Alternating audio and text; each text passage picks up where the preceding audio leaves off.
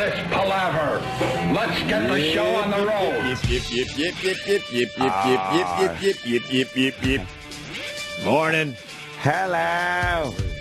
Hello. Fucking Monday, huh? Here we are.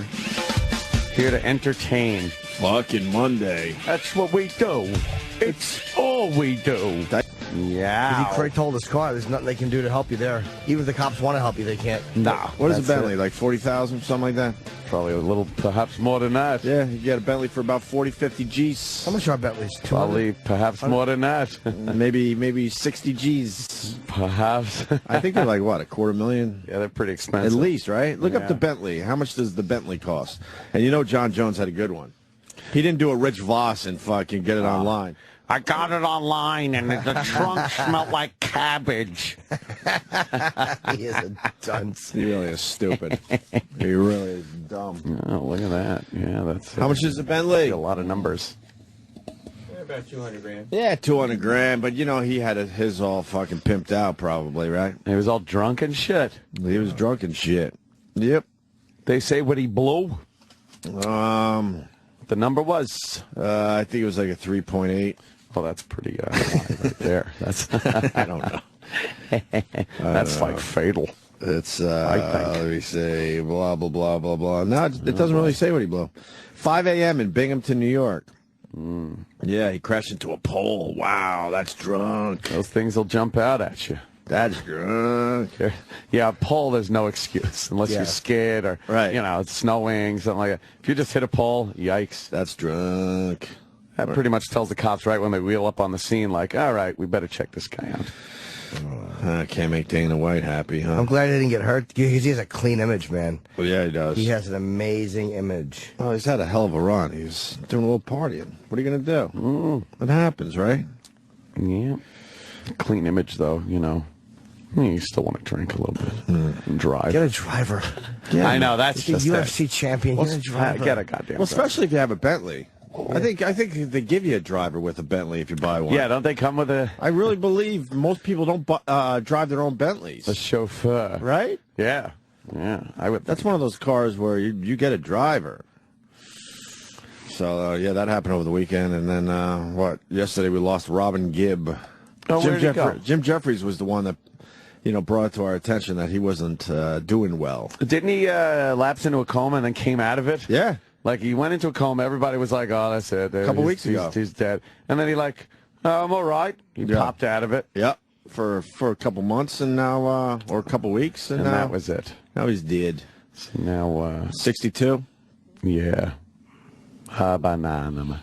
Bee Gees were fucking huge. Yes, they were. Even if you were a rock guy, you kind of knew and listened to some Bee Gees. It was they were what everywhere. you call your guilty pleasure. Yeah. I think. Oh, E-Rock's ready today, E-Rock. everybody. Because he was warned. Straight from his iPod.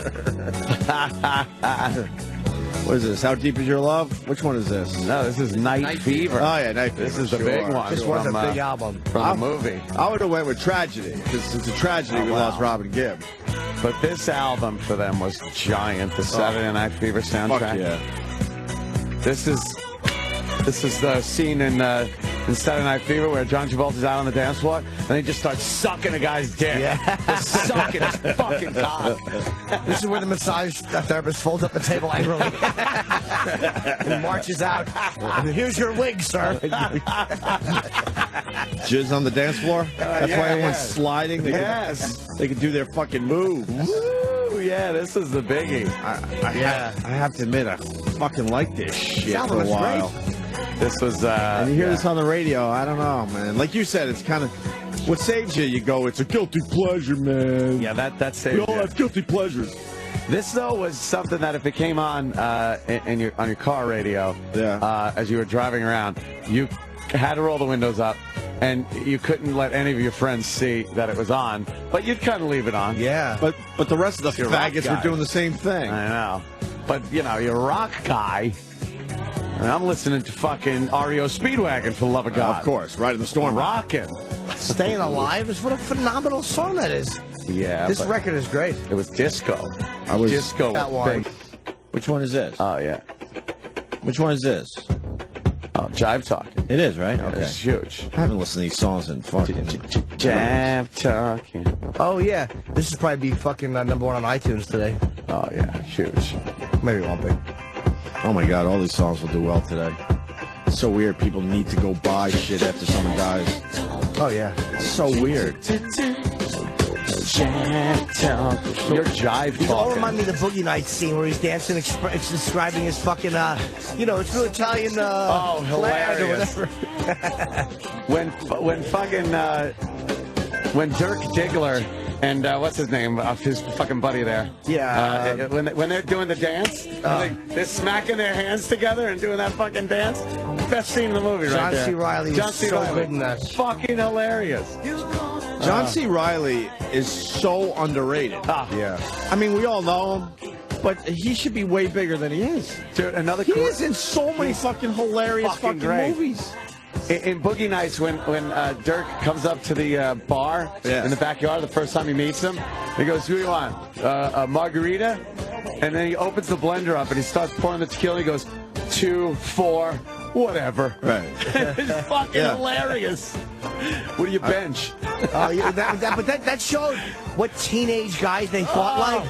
It was so well written, that movie. It was great. Yeah. The more I see that movie, the more I like it. Dude, it's a fucking bastard. Boogie Nights is It's a great. masterpiece. Absolutely. Fucking fantastic. No, it's a great comedy because you're mentioning John C. Reilly was on over the weekend. Step Brothers is the go-to movie. Yeah, I gotta see It's that on one every again. other week now on Yeah, TV. yeah. The scene where they're sleepwalking and they beat the shit out of their quote father. Yeah. While he's trying to sleep and they throw the Christmas tree down the stairs and then they throw him down the stairs. I've never seen that movie. Step Brothers? Yeah. I hated Step Brothers when I first saw it. I'm like, what is this fucking nonsense?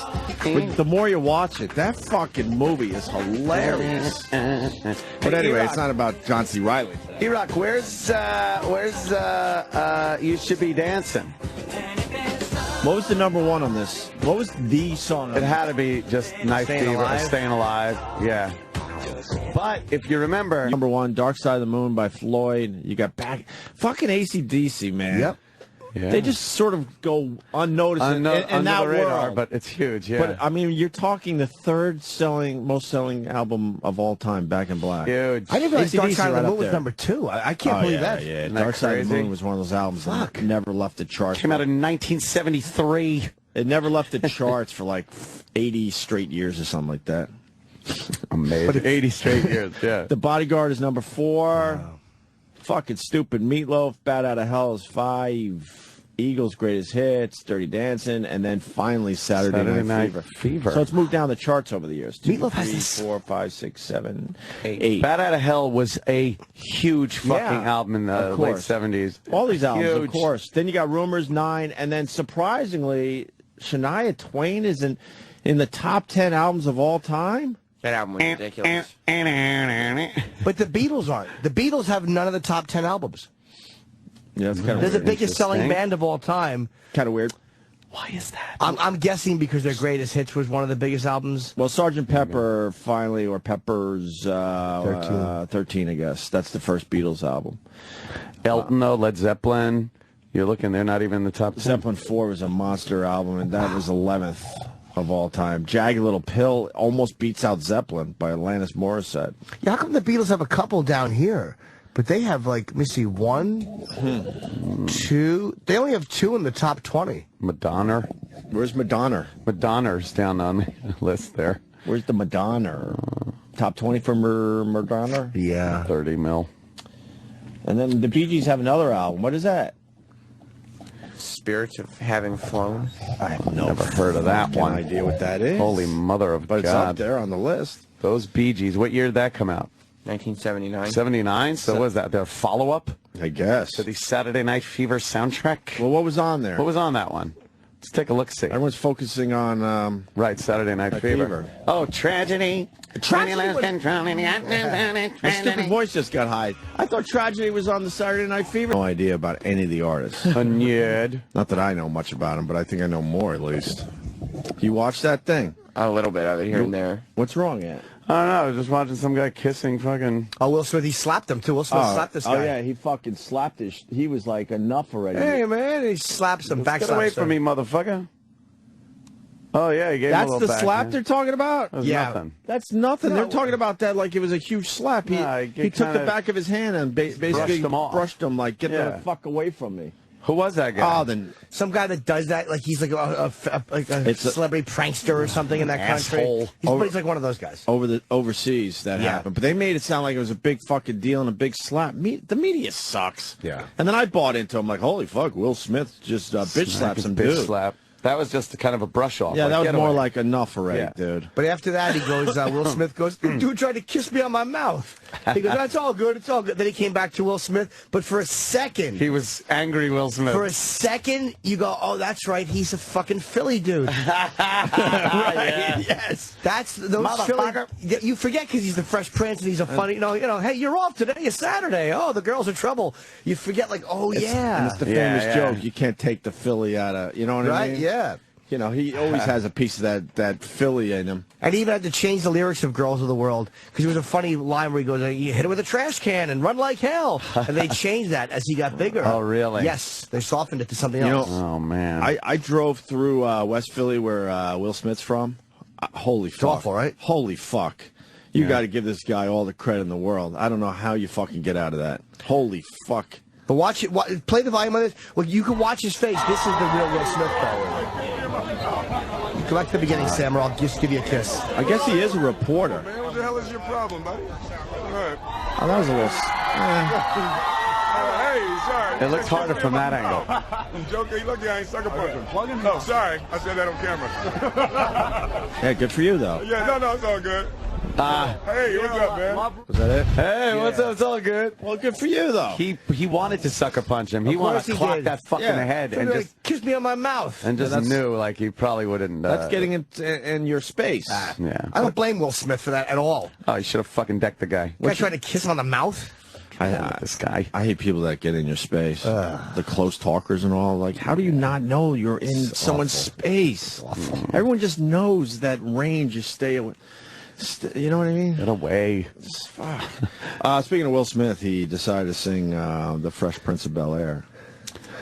What, yeah? On Graham Norton's show in England. He's huge. Graham Norton is massively huge. He followed us after Tough Crowd got taken over. I think they put Graham. I think he did Tough Crowd with him once. Really? Yeah. He's massively huge. He would come over once in a while. Comedy Central was trying to push him. Graham Norton gets people on his show that you don't get on American talk shows. Like, he'll get the ones you do get, but he'll also get Dustin Hoffman. He'll get De Niro. All those guys, they do his show, and this guy, Jonathan something. He's a really good interviewer. Can you look him up, Jonathan, whatever? Talk Show England, Jonathan. He's massive in England. I actually know who you're talking about, but I can't think of his He's a very name good either. interviewer. Yeah. They get De Niro? Well, that must be a treat. Yeah, it's probably. But I'll bet you they do a better job. Graham Norton's show, when you look at the set, it looks like a fucking... I saw one episode where he had Ozzy and Ricky Gervais at the same... Like, yeah, how great is that? It's a colorful set. Like old school... Jonathan Ross. It just looks like a fucking fun place. Like, look at Graham Norton's set. It just looks like a fun place to be. What, an American TV doesn't look fun? It doesn't. Something about Graham Norton's show just looks like a great place. Yeah. It's got oranges and pinks. Oh, yeah, look at that. It's a really, really cool set. And please, Sam, you're finding the wrong thing. Oh, Sam. Oh, wow. Look at that set. It just That's a little too obnoxious. Is that Madonna? That orange color is a little too obnoxious. Madge. But he gets everybody. Madge. Is she talking with that accent of hers? Oh, it's here. What was it you could remember, when you weren't Madonna? She could fucking... No. Her English accent. The persona Madonna. Can you remember She looks really what good that right felt there. like to not be the focus of every room you walk Recently, into? too, huh? All that sort of stuff. Mm-hmm. I do, and I really enjoy when I'm in environments where I feel anonymous. That's pretty American. Yeah, she ain't fucking around. She looks That good, though, you're stupid right. English accent. How old is that? It's recent. So Wow. she's 50-something there. 50. She looks good. How old is she now? 50, I want to say 52, 53 probably. Yeah, she don't look too bad there. He's a good... Him and... He's a great interviewer, actually, and so is Jonathan. I don't know what these guys... They're completely relaxed around the biggest celebrities in the world. Well, completely. With that said, Will Smith sang the Fresh Prince of Bel-Air song on the Graham Norton show. Damn. Okay, hit the track. Okay.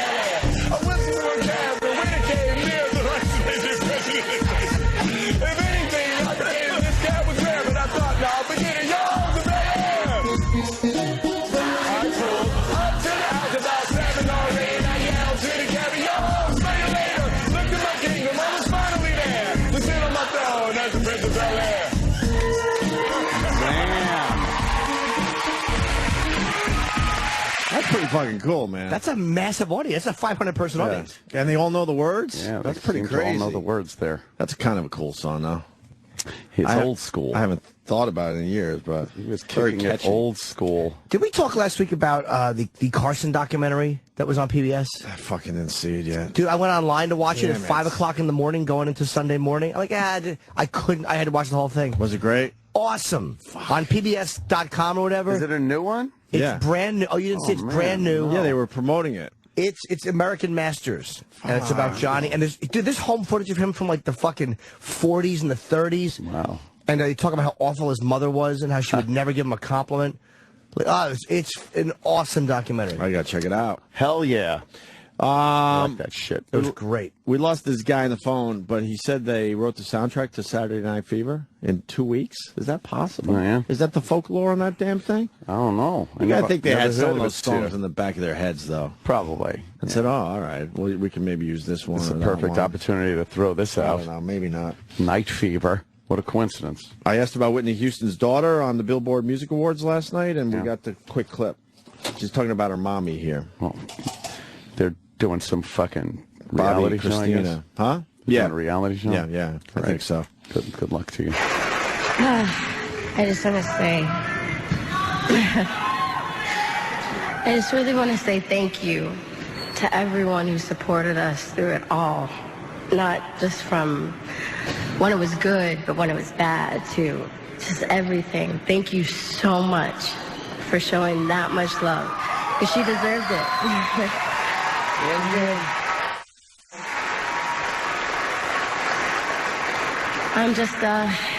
I'm just blessed to have been in such an incredible woman's life.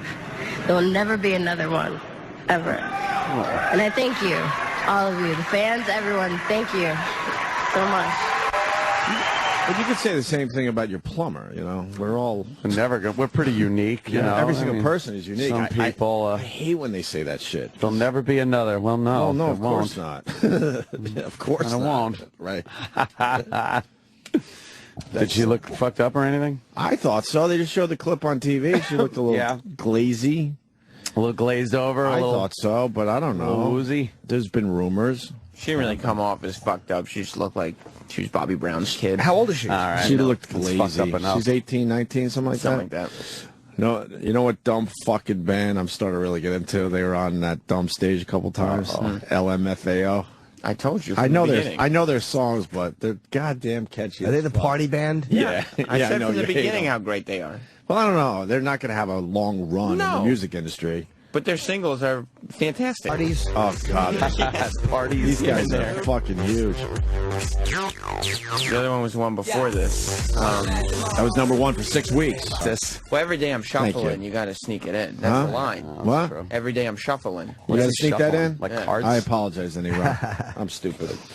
No, you're not. Yeah, I am. I'm really stupid. I don't think so. I'm very stupid. Oh, I disagree. I'm stupid and I know it.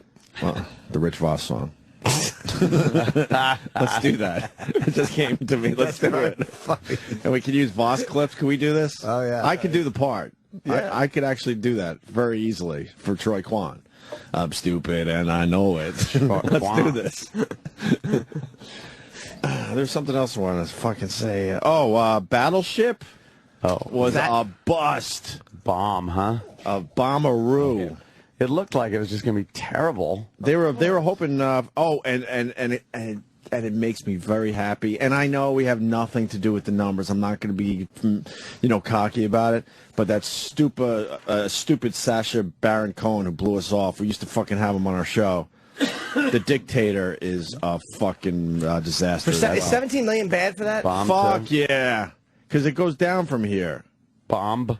It came in third place over the weekend. Battleship did 25 million, which is not good. They want a lot more from that movie. How much did it cost him to make? Do you know because comedies aren't usually that expensive. I'm sure he'll make his money in the end, but I think he wanted better numbers than that.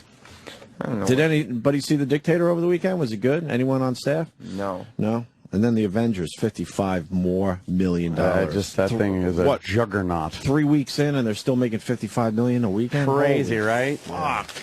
Yeah. What did Battleship do? 25. 25? Not That's good. a bad opening weekend? Oh, Fuck big yeah. action movie. Fuck yeah. They terrible. They were hoping for 100, I bet you. At least Sacha Baron Cohen is a comedy. You know how mad you must be when you have an action movie and the Avengers is still fucking... Yeah, They had to realize the everyone's Avengers was going to destroy him, though. Keep Still? kicking. Yeah, definitely. What's the total up to with the Avengers? International? I think they're up to like 80 million. They didn't total. open in the U.S., did they? What? It's like They 10, opened 20 somewhere million? They opened in Europe first. Why'd they do that? I don't know. I think they wanted to test the numbers because John Connor did so bad. That's what I read. What's John Connor? Exactly. It was supposed to... We were Carter, sorry. Oh, yeah. We were all supposed to know what John Carter was, but it was a bust. What was it? It's the, I don't even know. Big, huge budget Disney movie that did they lost hundreds of millions of dollars on it. Yeah, that's the new big bomb. Yeah. John Carter? Yeah. Yeah. Was it a That's supposed to be like a almost Lord of the Rings-ish, but also the name kind is of terrible. Star Wars-ish. From what I've heard, It's an old book. The story is like that a Civil War era person goes into a cave and ends up on Mars in the future. Oh, God. How is that not a hit? Comedy? Boo. Wow. That's crazy. But Yeah. it just did crazy. so badly.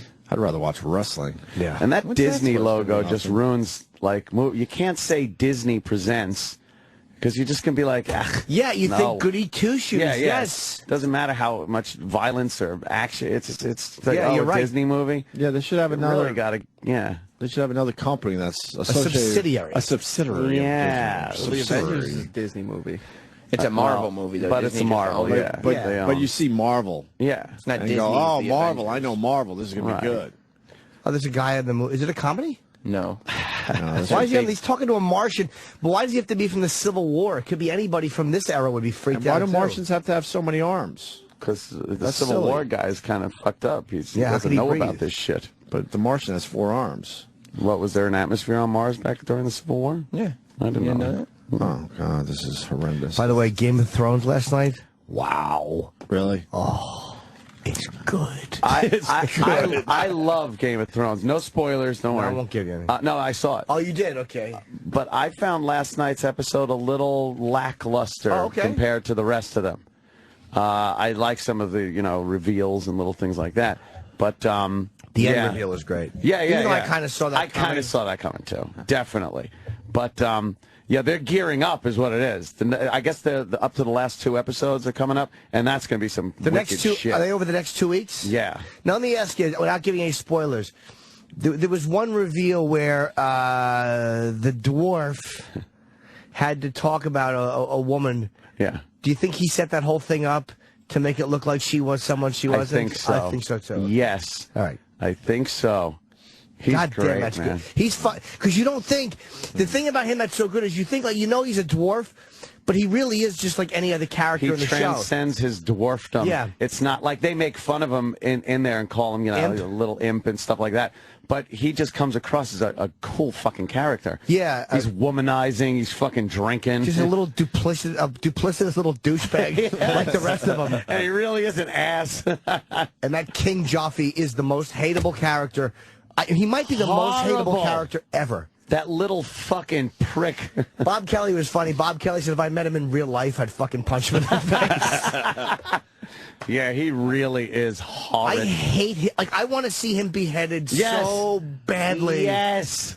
I think he'll get his comeuppance eventually. How's the That's sex for scenes? sure. There was a Last little bit night? of sex last night between. Was there any?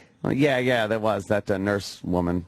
Oh, Yeah. what an ass on her. I know. Fuck. I know. Holy shit! Right? Oh, that was a romantic scene? That was very romantic for that show. She's kind of one of the more attractive women. The show is great because they just the realism of it, because even though it's a fantasy setting, but chicks wouldn't be that hot back then. There's that one, the fucking the Mother of Dragons is hot. Yeah, she's hot.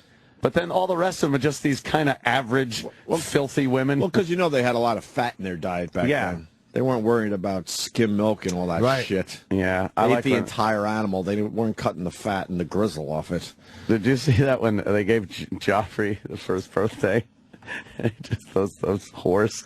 Oh, just to punish them? My God, is he terrible? I wish they would have showed the results. I know, But he's yeah. a sadistic. Yeah. You can't not hate this kid's. I'd love to interview him and see what he's like, because he's probably the most pleasant one on the set. Yeah, probably all nice and everything. But what a fucking piece of shit character that King Joffrey is. Really comes off like a douche. I want to see his fucking head roll off his shoulders. I want to see him like very frightened and suffering before they. Well, they showed coming attractions for the next one. Yeah, and he was talking about like when they fight, I'll give him a red smile from ear to ear, and he's just a little cunt with a sword. That was funny, man.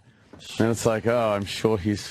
Very frightened. Very frightened. But they show the coming attractions for next week, and you can see that he's frightened. He goes, there's so many of them. Yeah. This should be good. Dude, it's a great show. I'm bummed I can't talk about this show. It's so good, dude.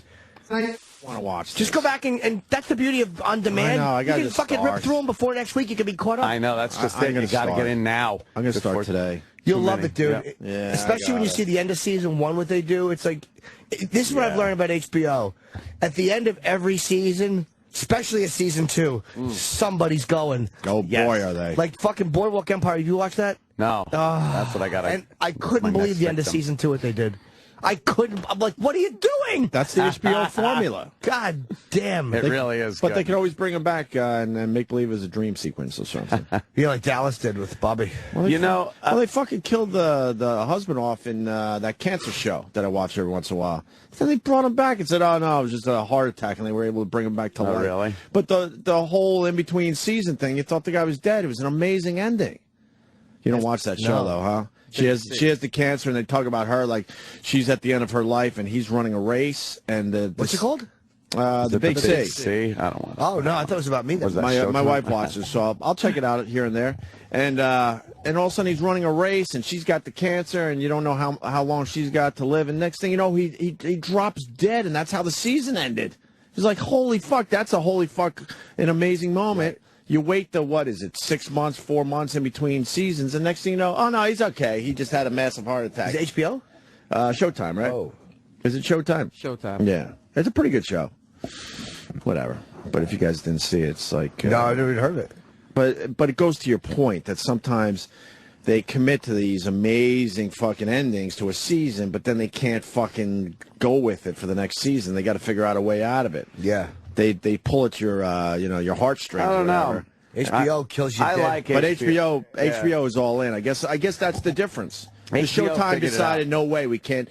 This character cannot be dead after all. I've always thought HBO stuff was so much more realistic than Showtime. And so much better. Yeah. Showtime's caricature is real. I think I've said that before, but they take and they're good shows. Right. But like Dexter, the serial killer. But he only kills other killers, like or Californication. And I asked Duchovny this on purpose. It's a good show, but it's about a sex addict who really just bangs hot chicks.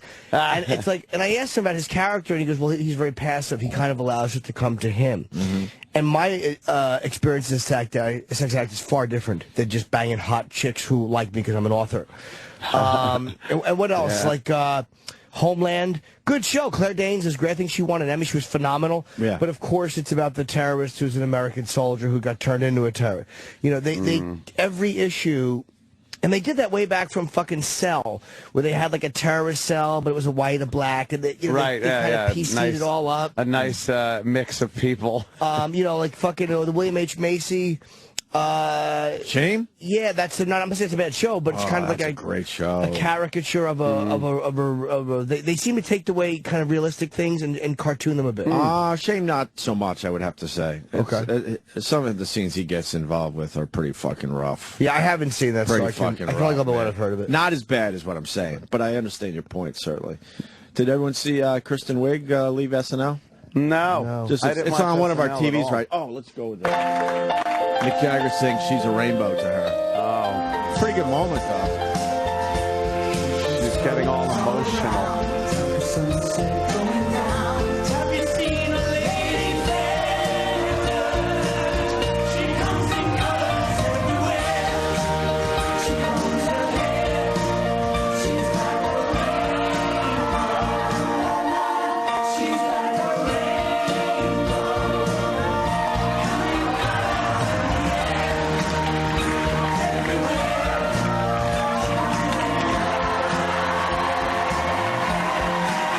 Michaels comes out for dance with her? Yeah. For Bone, I guess? Yeah. How many years was she on? I don't know. They do about what? Between 5 and 8 usually, right? Yeah, I think she was 7. 7 years? But I think, if I remember correctly, it was when she first started, I was still kind of watching SNL a lot. They barely used her. She came out of nowhere, man. Well, she was Dr. Pat on Amy Joe Schmo. Poehler? That's all No, she I had know. done We before know this. that. That's Oh, my God, all that's she had right. done. Yeah. Yeah, that's right. Was Amy Poehler SNL? Yes, she was, right? Yeah. Yeah, Amy Poehler came back just to. And there's a lot of people Dave came Grohl. back. The big finale. A lot of them came back for this Kristen Wiig thing. And the season Seth finale. Meyers. Steve Martin's back there. Steve Martin is. Was he back there? Yeah. I don't know why. And then there was a thing with what's his name? Sadakis.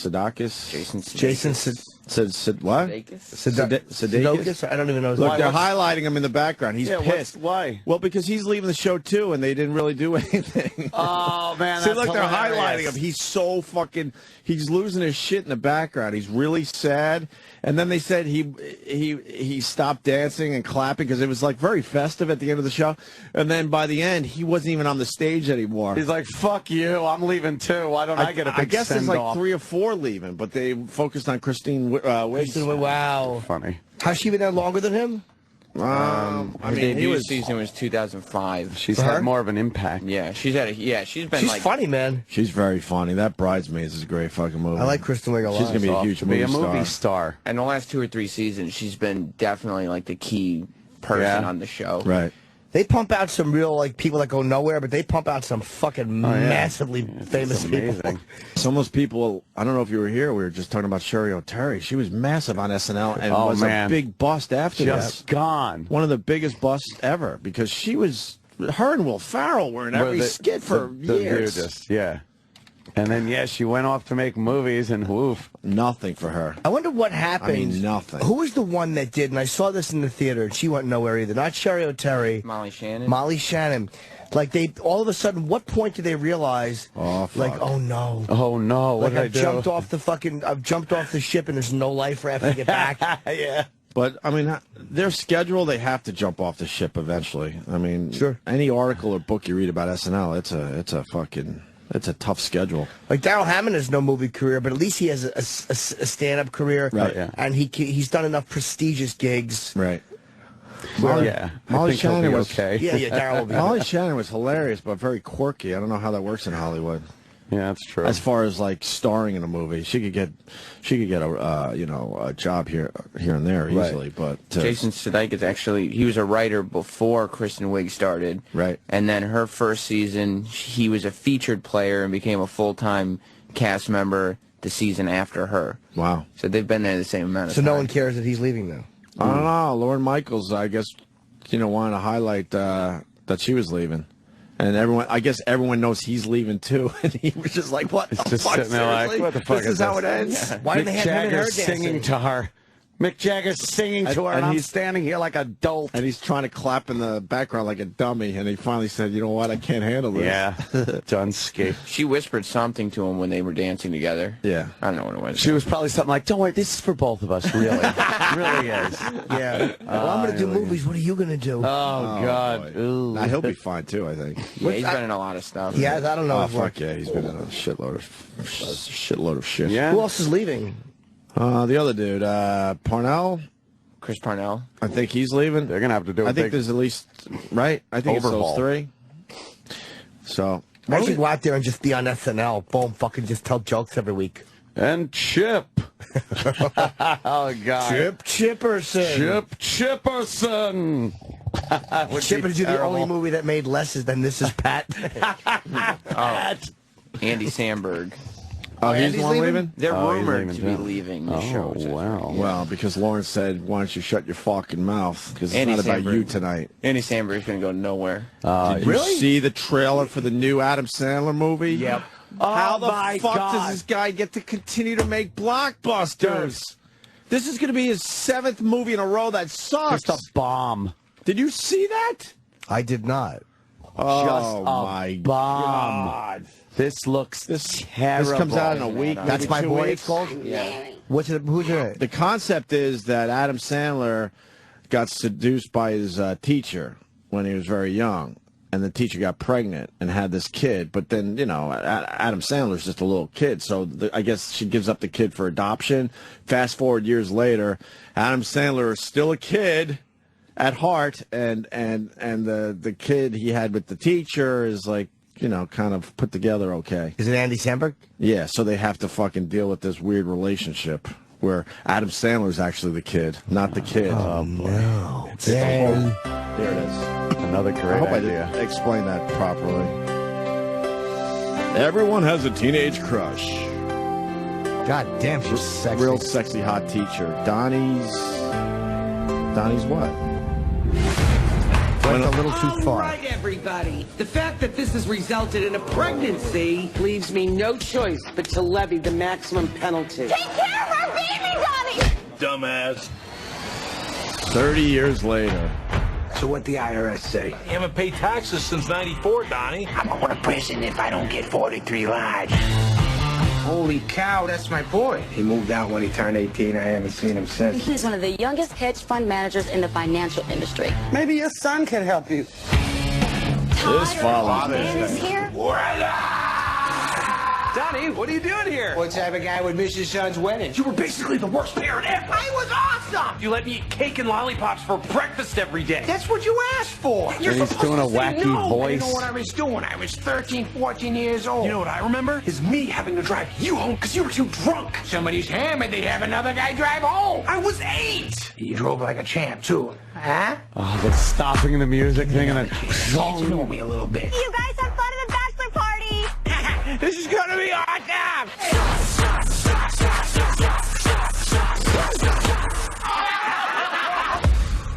Don't forget, you're gonna go to prison on Tuesday. You have got to get that money. Actually, just trying to be a dad right now. He reminds me of Pacino in his last 5 movies. I can't even take my shirt off in front of other people. What did I do this? Let me jog your memory. The new kids on the block. Their heads are all warped now. Yeah, it's because I got it when I was in 3rd grade. My body grew. Suck. Oh, God. That's my boy! Ever since you showed up, Todsman, I feel like a different person. I'll bet they help each other a little in the end. I bet. We haven't seen this movie yet, huh?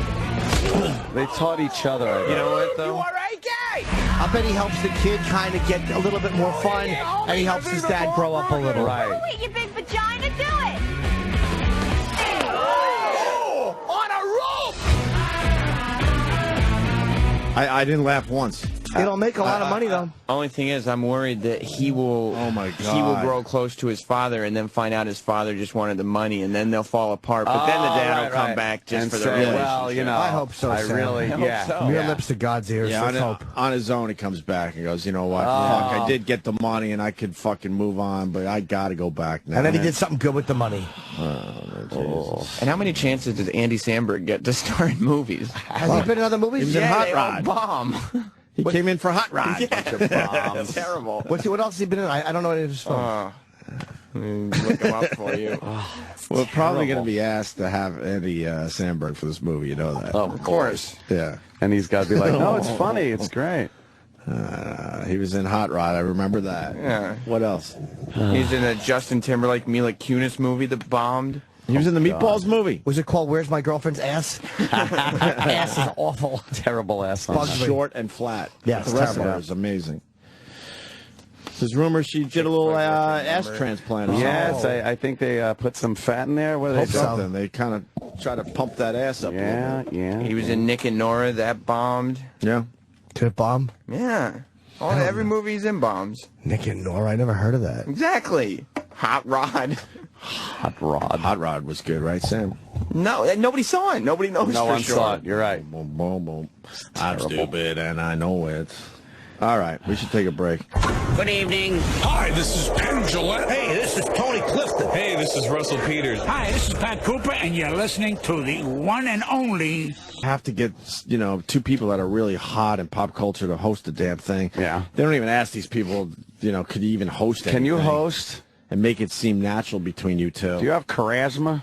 Well, they certainly did not. No. They're married on Modern Family, but in real life, holy fuck. Those people are like really writing the dialogue and everything? Yeah. Well, they probably were.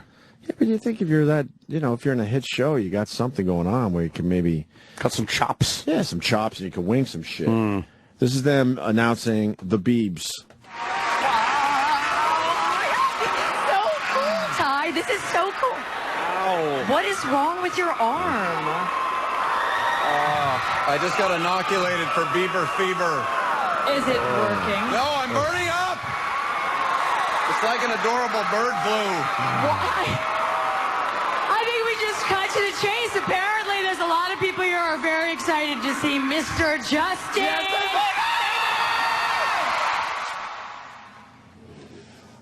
Uncomfortable, right? Especially that one question, which would only be funny if you asked it to Bob Dole. Good topical reference. I don't know. Well, what was this? And they're doing skits together. The skits were horrendous. Oh, it looks hilarious. They're on a massively successful show, too. Bomb. And some pumpkin pie. I want to hear David Lee Roth. Oh, you want to hear the David Lee Roth? Sure, we can do that. Van Halen swears they aren't fighting. They just need some time off. David Lee Roth. Travis brought me a 2-minute clip. Now, this clip you're about to hear, we could have played 5 seconds of it. Oh. But it shows you the beauty of David Lee Roth. He's a bit wordy. Yeah. So he takes about 2 minutes to say that the band is tired. Tired? All right. So they're canceling sold-out shows because they're tired. I don't think so. There's no fucking way. If you're tired, you take a week off. You could cure tired in a week. Right. Maybe 2. Let's call it 2 weeks. You don't cancel the whole tour. No.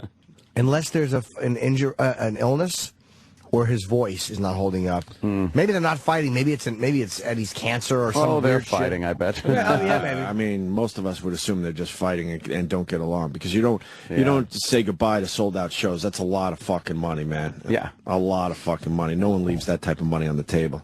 You might sacrifice a couple dates, a couple weeks of a tour maybe to get your shit back together, but not the whole tour. They're postponing it, so they're going to probably go into therapy or something, try to figure this shit out. Yeah. But here's David Lee Roth. David Lee here. We're in the woods just... David Lee here. We're in the woods. What the fuck is with that affected voice thing he does? David Lee here. Everything has to be over the top important with this guy. What's he doing? Why is he in the woods? Where? With That's kind of him, though. That is him. Is it? Yeah. Yeah. Crazy. David Lee here. We're in the woods just north of Minneapolis, St. Paul, and we're going to be firing up the tour bus and driving into town to do another super-sized show in just a little bit here. And we're going to be going strong all the way up till July 4th. The band is getting along famously, better than we have in quite some time. And I think the shows reveal that through the miracle of YouTube. I think we're one of the few bands who relishes you bringing whatever camera. If you can carry it in and pull the trigger on it yourself, then please do. And through the eye of YouTube, you can see that we're having ourselves a hell of a time, and I think that translates into the music. As usual, we bit off way more than we could chew when it came to scheduling. The band is winning, but our schedule has been sidelined for unnecessary roughness. If we continue past July 4th and all the way into Australia and Japan, then we're asking for the Robot Zombie Tour when you start getting a lot of yes questions. Do you feel all right? Yes. Are you having a good time? You don't want to get to that point.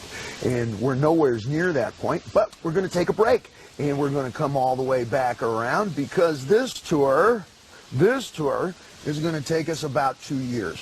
And we're the guys who brought you Kool in the Gang as the ultimate, inarguably left-handed top bill co-headline tour. They just went on first every night. And we have in mind a supersized monster truck rally, Van Halen tractor pull sort of event, and we're going to be bringing that back around for the United States as soon as we learn to speak Australian. So stay tuned, and we'll see you down the road in just a little bit. It's weird he would make that video, to be honest with you, but I just don't get, blowing off sold-out shows. I don't understand that part of it. And how come he wasn't with Eddie giving that little speech there? That would have carried a lot more weight. And he's always been his own guy, so he's probably like, well, fuck that. They probably fucking watched that, and Eddie's like, this fucking asshole now I gotta make a fucking video. Right. What a douchebag. Guaranteed. I don't know. It's weird, but it is David Lee Roth. Yeah. I don't know. He's saying they're coming back. All plausible deniability. Fair He's enough. got it. How long a break are they taking? They're not really saying. And the fact remains that they have sold-out shows they're canceling. That's crazy to me. Yeah. That's a bit much. Insane. Unless something's going on medically with one of them that they don't want to say. Right. Could be, but could be Eddie's thing, or it could be Roth's. Maybe his voice is fucking. Maybe he has nodes on his throat or something, and doctors saying you got to get these off. Well, here's a guy who was at the show Saturday. Scott, where did Van Halen play Saturday? St. Paul, Minnesota. Oh, okay. So yeah, all right, fair enough. So how were they? The band was phenomenal. Eddie was phenomenal. Alex was great. Even the bassist was all right, but his voice is tired. He's sad. So when Eddie and his son there sound better than he does, it's pretty bad. You don't. Well, but David Lee Roth kind of talks his way through a lot of songs. So yeah, he's trying these days real hard to really sound like almost like Sammy Hagar. Get like that really? kind of high. Yeah. So he might be killing his voice. Well, can we get a clip from Saturday's show? I'm sure it's up on YouTube somewhere. We can see how David Lee Roth sounds. Well, you thought they sounded great. I mean, I would love to go see Van Halen. Yeah. As much as we make fun of David Lee Roth, I'd love to. I would love to go. I didn't see him at the Garden. I gave the tickets to a fan. I just seen them at Cafe Wah, but they were great, man. It was really fun to watch them. What are you, fucking Mr. Charitable? Yeah, but I didn't want to waste the tickets from David Lee Roth. Oh.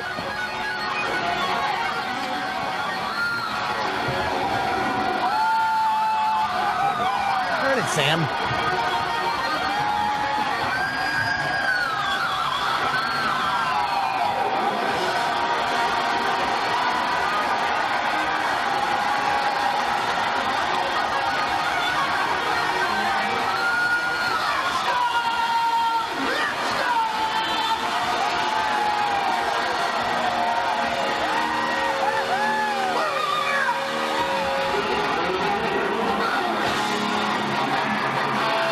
Unchained. Right on. Fuck you. Where's Jay Moore? Where's Jay Morse?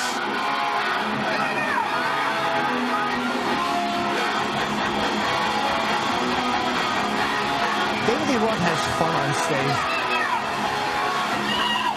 Yeah, he does.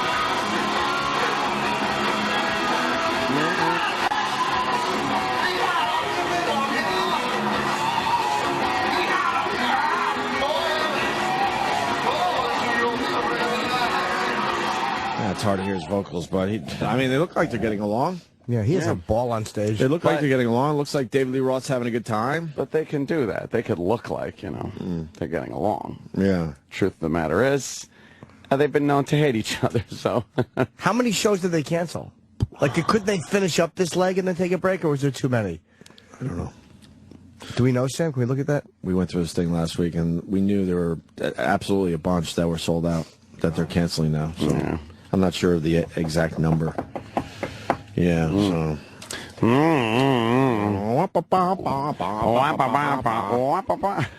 Hey, what? 31. They're canceling 31 shows?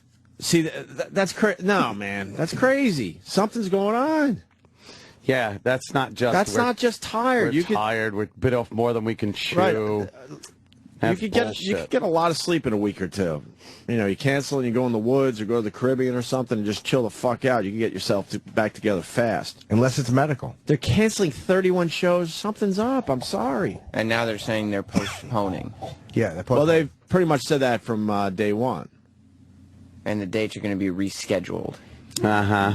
All right. Canceled. 31 postponed tour. Yeah, because they don't want to lose those tickets. 31. So you don't say cancel because that means everyone gets their money back. So they're like, all right, let's slow down. Let's just say postponed because we could, keep that money. Yeah. That's why I think it's a medical thing, because if they weren't getting along, they would finish the run and just end it.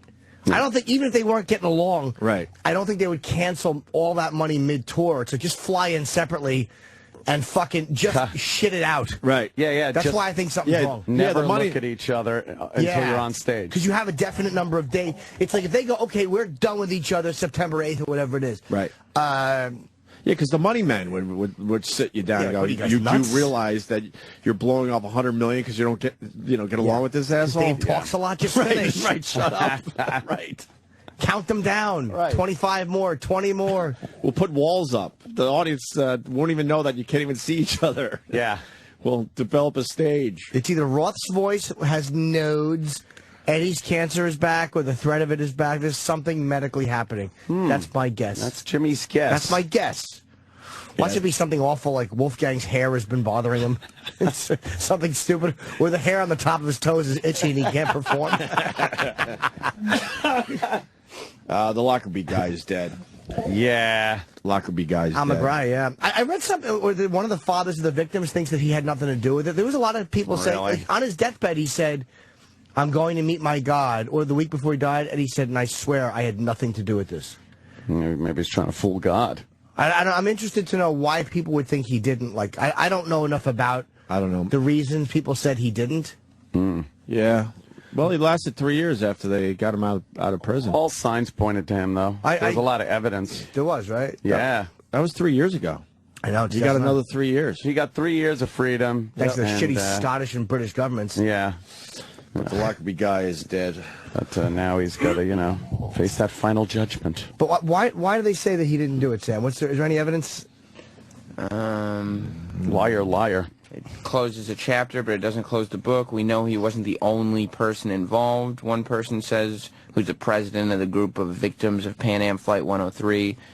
Yeah, I think the thing is that people don't believe he's the only person. Well, he's dead now. Fucking Gaddafi's dead. Good. No, but there were other people that thought he had nothing to do with it. Nothing. I'm just curious as to why. I bet he's guilty of something. That's always my excuse when it's like, oh, there's been an injustice done. It's like, he probably did something. The media's not covering Zimmerman's injuries as much as they covered the... Oh, no. Because they're onto other shit. They just They can't get enough of the fucking racial. No, they really want to pound that whole white guy killed a black kid thing, and it just isn't. It isn't the case. I was watching some lib crap on fucking MSNBC over the weekend, and it's just infuriating. They're talking about Trayvon and how he's now being victimized and calling him like the victim. Yeah, he was killed, but, there's a difference between being a victim and being the person that was killed in a self-defense shooting, alleged. So we'll see what happens with that. But, man, they showed the back of Zimmerman's head, and it was fucking gashed open. He had a busted nose, 2 black eyes, and Trayvon had a laceration on his knuckle. And, everything from the physical evidence totally went in line with what the witnesses had said. There were a bunch of witnesses that night. That, of course, the news didn't really pay attention to. No, they saw a guy with a hoodie pounding. Yeah. And the fathers originally heard the tape and said, no, that's not my kid yelling for help. Not my kid. And one of the witnesses that was 30 feet away from the whole thing said, I came out, and a guy was on the ground. A guy with a hood was over him, punching him in the face. And the guy on the ground was yelling, help, help. And then he heard a shot. And it's weird because they said that the ballistic evidence also shows that he was as close as he said. Like that, it's the type of encounter. Yeah, it wasn't like he stood 5 feet away from him and shot him. They were having a physical altercation at the time, and it happens. But and the whole thing with him getting out of the truck and following when he was instructed not to doesn't even matter. That shit doesn't matter, especially from what Zimmerman said that night. Wasn't he walking when he made the call? He was already out of the truck, wasn't he? Yeah, out of the truck. It really, this looks like an acquittal. It looks like it's going to be an acquittal, and they're saying that they might pressure him into some type of plea deal just to appease the public. And by the public, we mean, black people that'll riot. But what would the appeal be? We'll give you 2 years. You'll get we'll give you 5 years. You'll be out in 2. We'll guarantee you solitary confinement or whatever. I hope he doesn't. Dershowitz is saying like he should never take any deal. This is an open and shut self-defense case that shouldn't even have been brought to trial. And we'll see what happens here. But the lawyer's job and the prosecution's job is not to appease the public. It's to prosecute a case. And the defendant's lawyer, his job is to defend his client, not defend the populace and, the property of the people that might be damaged during a riot. So I don't think any deal should be cut. I think this guy should go to trial, clear his fucking name, and that'll be that. And by the way, it said Al McGrahy's Lockerbie. Yeah, his Lockerbie guy. Thing. His co-defendant was acquitted of all charges, and he insisted he had nothing to do with the bombing. And there was a lot of the people that believed him got a boost in 07 when a 3-year investigation by the Scottish tribunal found that new evidence and old evidence that was withheld from the trial suggested that Al McGrahy may have suffered a miscarriage of justice. It's an 800-page report, and it prompted an appeal on Al McGrahy's behalf. But by then, his fate was in the hands of the politicians in London, Tripoli, and Edinburgh, all of whom jockeyed for position as Libya rebuilt ties with Britain. And you know what I wonder? Let's just say for the sake of argument that there was evidence that he didn't do it. Maybe to avoid the embarrassment of the fact that, hey, we put an innocent guy in jail, maybe they figured out a way. It appeases Libya. We get the oil deal with Libya. We get this guy out on a medical leave. He's sick anyway. Fuck him. And this stuff that could come out could make us look like there really was a miscarriage. And again, I'm guessing just by this. Miscarriage of justice just falls out like cherry cobbler on the floor. Terrible. Yeah, how about a baby carriage or something? No. Sorry. Sorry. I just don't, because one of the fathers really believes, he said he cringes when everybody says a bomber died because he said he didn't think this guy had anything to do with his daughter's death, or his son's death. Well, sometimes some of those people go a little nuts when they kill. Oh, yeah. You know. I'm just curious as to what the evidence is. Mo. Well, he's dead. Yeah? He's dead. He's dead. Hey, Facebook dude did something really smart over the weekend. My God, Ted what an Zuckerberg? idiot. He's not an idiot. Did you hear the latest? No, what? All the fucking divorce lawyers are saying he's fucking brilliant. Why? He waited for the IPO. So now the marital assets has nothing to do with the IPO.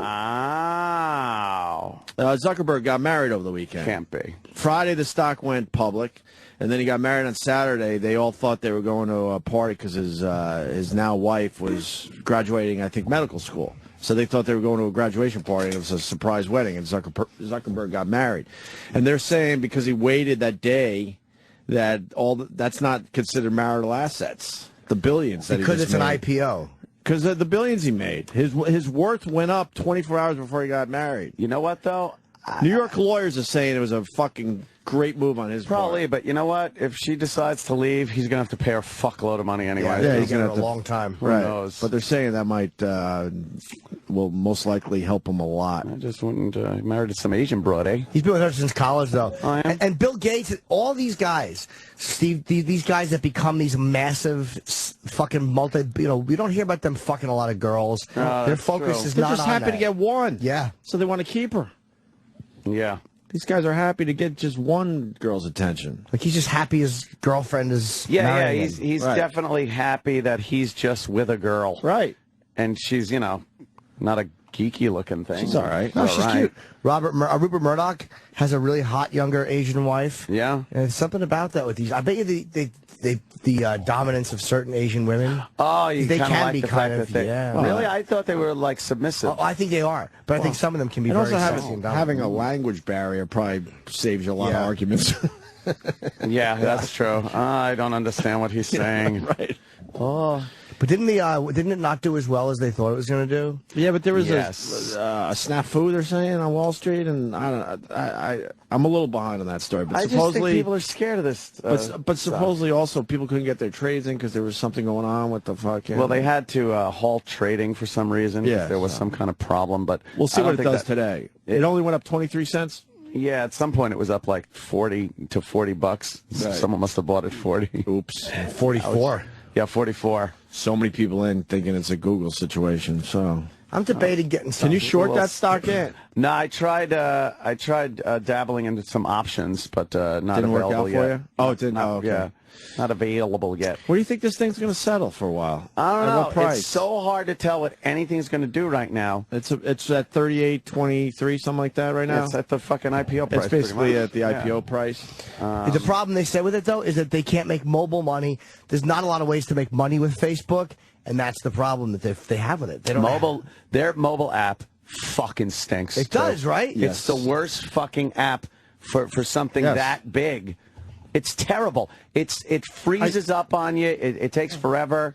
And we all got fan pages, right? At this point, I think so. But I can't post to the fan page from my phone. And from your Twitter. You can't do it. No, yeah. just from my phone. I have to go to my regular account, which is just a dummy account, basically. Yeah. It's just there so I could do a fan page. So I have to post to that, and then I have to fucking repost it when I get home. Yeah, it stinks the way the fan pages are run. Why can't I fucking update my fan page from my phone? It's too Facebook is really confusing. Is this too technical for people? No. Probably. Not at all. They understand it. It's a fucking pain in the ass. There's too much gibberish on the screen. There's too much nonsense. Oh, the calendar. You got a big invite. I don't want to go. I don't want to go. I want to be left alone. Exactly. Make my settings easier. Yeah. Exactly. Fuck. You know, we have a chance at a Triple Crown. Yes. We have horse fans in this room. I'll have another. Yeah. I'll have another. That's right. Won the Preakness. Came from nowhere in the end. Again, won by, as they call it, a neck. Not a nose. He won by a neck. So now it sets up a nice chance at the Triple Crown at Belmont on June 9th. Yes. But the problem with Belmont, it's a longer race, right? That's what makes it so hard to get the Triple Crown? Yeah, that's the long one. Because there's specialty horses that could run those longer races better. Very hard to get a horse that can run like a 6 or 7 furlong race, and then you put him in a mile and a quarter, mile and a half, or what is the Belmont? How far is it? It's longer, but we need a horse fan. How much longer is the Belmont than the Preakness and the Kentucky Derby? 8 inches. 8 fucking inches. That is damn it. A lot longer when it comes to that. Yeah. But it's exciting. We'll all be watching the Belmont because this is rare. You get a chance at the Triple Crown. When was it's a mile and a half. All right. Yeah. What's the other races? Mile and a half. I'm not sure. The races are what? Help me out, somebody. Who knows horse racing? Preakness. It'd be a great name for a horse. Ted the Horse. Ted the Horse. No, it wouldn't. That would just be such a great name. Ted the Horse. Ted the Horse. Ted the Horse. We need a horse expert. I want to know the lengths of all the races of the three races that make up the Triple Crown. Yeah, what the fuck? How much longer is Why ain't someone helping Belmont? me? They're slowly calling now. Are we on a delay? Yeah. How long? It's probably about 20 seconds or so? Oh, that's not bad. Yeah. I know the app is literally 5 minutes behind. I will like call the after show, and then I wait for an elevator, go all the way upstairs, put my stuff down, and the show is on in my house, and I'll hear myself doing a phone call from 5, 6, 7 minutes ago. Off the app. Yeah. Why is it that much of a delay? Now there's just people writing the names of the races and then distances with no correlation. Mike, we got Belmont is a mile and a half, but what are the other? What's the Preakness and what is the Kentucky Derby? Well, the problem is that the Kentucky Derby, a lot of the horses that were in the Kentucky Derby sit out the Preakness, so they come back for the Belmont, so they don't have to run. Why do they sit out the Preakness? Because they don't have to run 3 races in 5 weeks, and you're not going to put up the money to run in the Preakness. Yeah, but don't you want a Triple Crown possibility? Well, no. I mean, if you lose, I see what he's saying. You lose the Kentucky Derby, then you're like, fuck that, we're not running the Preakness. Right. But if you win the Kentucky Derby, obviously you got to run the Preakness. But I mean, I'll have another. It's not going to be tired. Mile and a quarter is the Kentucky Derby. They don't run 3 races in 5 weeks. They never do that. They take time off. It's very hard to do. That's what. And those stupid horses have to stand all the time. Yeah, it's got to be murder. Ow. You know, whoever invents the first horse hammock is going to be such a hero to horses. When do the horses lay down, Ant? When they're sick. That's about it? When they have the colic. They even sleep standing up all the time? They never... Not all the time. I've seen horses that kind of, chill out a little bit? They kind of chill out on their legs. They kind of fold their legs up and kind of sit there. But they rarely lay on their side or anything. Does that make their horse legs crampy? It's all weird. They're fucking legs that bend backwards stuff. Yeah. I don't know. But they kind of just lay down like that. All right. If they're laying on their side and shit, they're probably sick. Really? Yeah. I would just lay my horse down on its side and go, chill, man, we're good. The other 2 races are a mile and a quarter. Mile and a quarter? Yeah, and the Belmont's a mile and a half. How many is this one? 1, 2? Yeah, we're gonna all watch to see if we get a Triple Crown. What's the last one? Belmont? Yeah. Yeah, that's the one. June 9th. There hasn't been one in 34 years. 34 years? And what was the horse? I think it was Seattle Slew? Seattle Slew or Affirmed? Nah, it wasn't. Why don't we ever know this? This comes up. I think it was Affirmed. Who was Stevie Coffin's horse? Remember Little him? Stevie Coffin. I don't know, Steve. I think that was... He's a legendary jockey. Of course, he decided... Was that affirmed? He decided to ride overseas. Remember that? Oh, it was is that a what big happened? deal. Oh, yeah. He fucking went overseas Little to jockey. ride. Little jockey guy. He was All right. a little thing. Why was he so popular? And why is the Belmont he was so young. much longer? Because they make it that it has to be the hardest one. It's the last Alidar. one. Alidar was the last Triple Crown? No, I think that was the horse. Secretariat, if you remember, won Secretariat was the last Triple Crown? No, but how many lengths did he win by? We're all just throwing names out of How horses. much did Secretariat win by? A nose. I don't know. He won by A like nostril. 20 lengths. No, long. I'm joking. He's a great horse. So it was affirmed in 1978 was the last Triple Crown winner.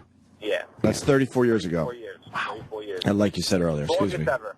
So, wow, this race is a quarter mile longer. Yeah. Huh. A lot can happen in that last quarter mile. What do you think? You're against fresher horses. And fresher horses, because, yeah, I'll have another standing somewhere getting tired. Yeah. It's a great fucking, when you go down to the track live, you go down to Belmont and you stand right by the rail, by the wire, and when they come fucking charging down there, it's the coolest sound.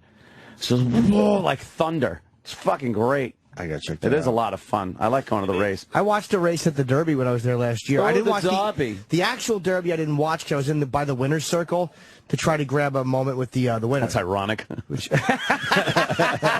I should have been by the winner's square. I messed up. But I had to speak to the winner to close out the Tonight Show bit, so I didn't get to see the actual race. I wish I did, though. Yeah, it is cool. I like it. A mile and 3/16. Well, all right. We get mile it. and a quarter, more or less. A little less than a mile and a quarter. We don't need... They should do all three back-to-back, like Monday or Tuesday or Wednesday. Just get them finished. Horse's fucking legs are busted. Yeah. The Derby. Last Triple Crown was 76, didn't it? Oh, stop. It's 78. It was 78, right? Yeah. We got that at least? Yeah. Yeah. Right. Bell's Palsy. Bill's Palsy would be a great name. Bill's Palsy. People do have some fucked up names for horses, though. Hoof-Hearted was a good one. Hoof-Hearted. Hoof-Hearted? Hoof-Hearted. Yeah. Didn't we have an O&A themed name for a horse? Yeah. Some guy had a horse and had some kind of O&A I guess. theme name. We've been named after everything at this point. Yeah. I can't remember what it was, though, but somebody had it. Yeah.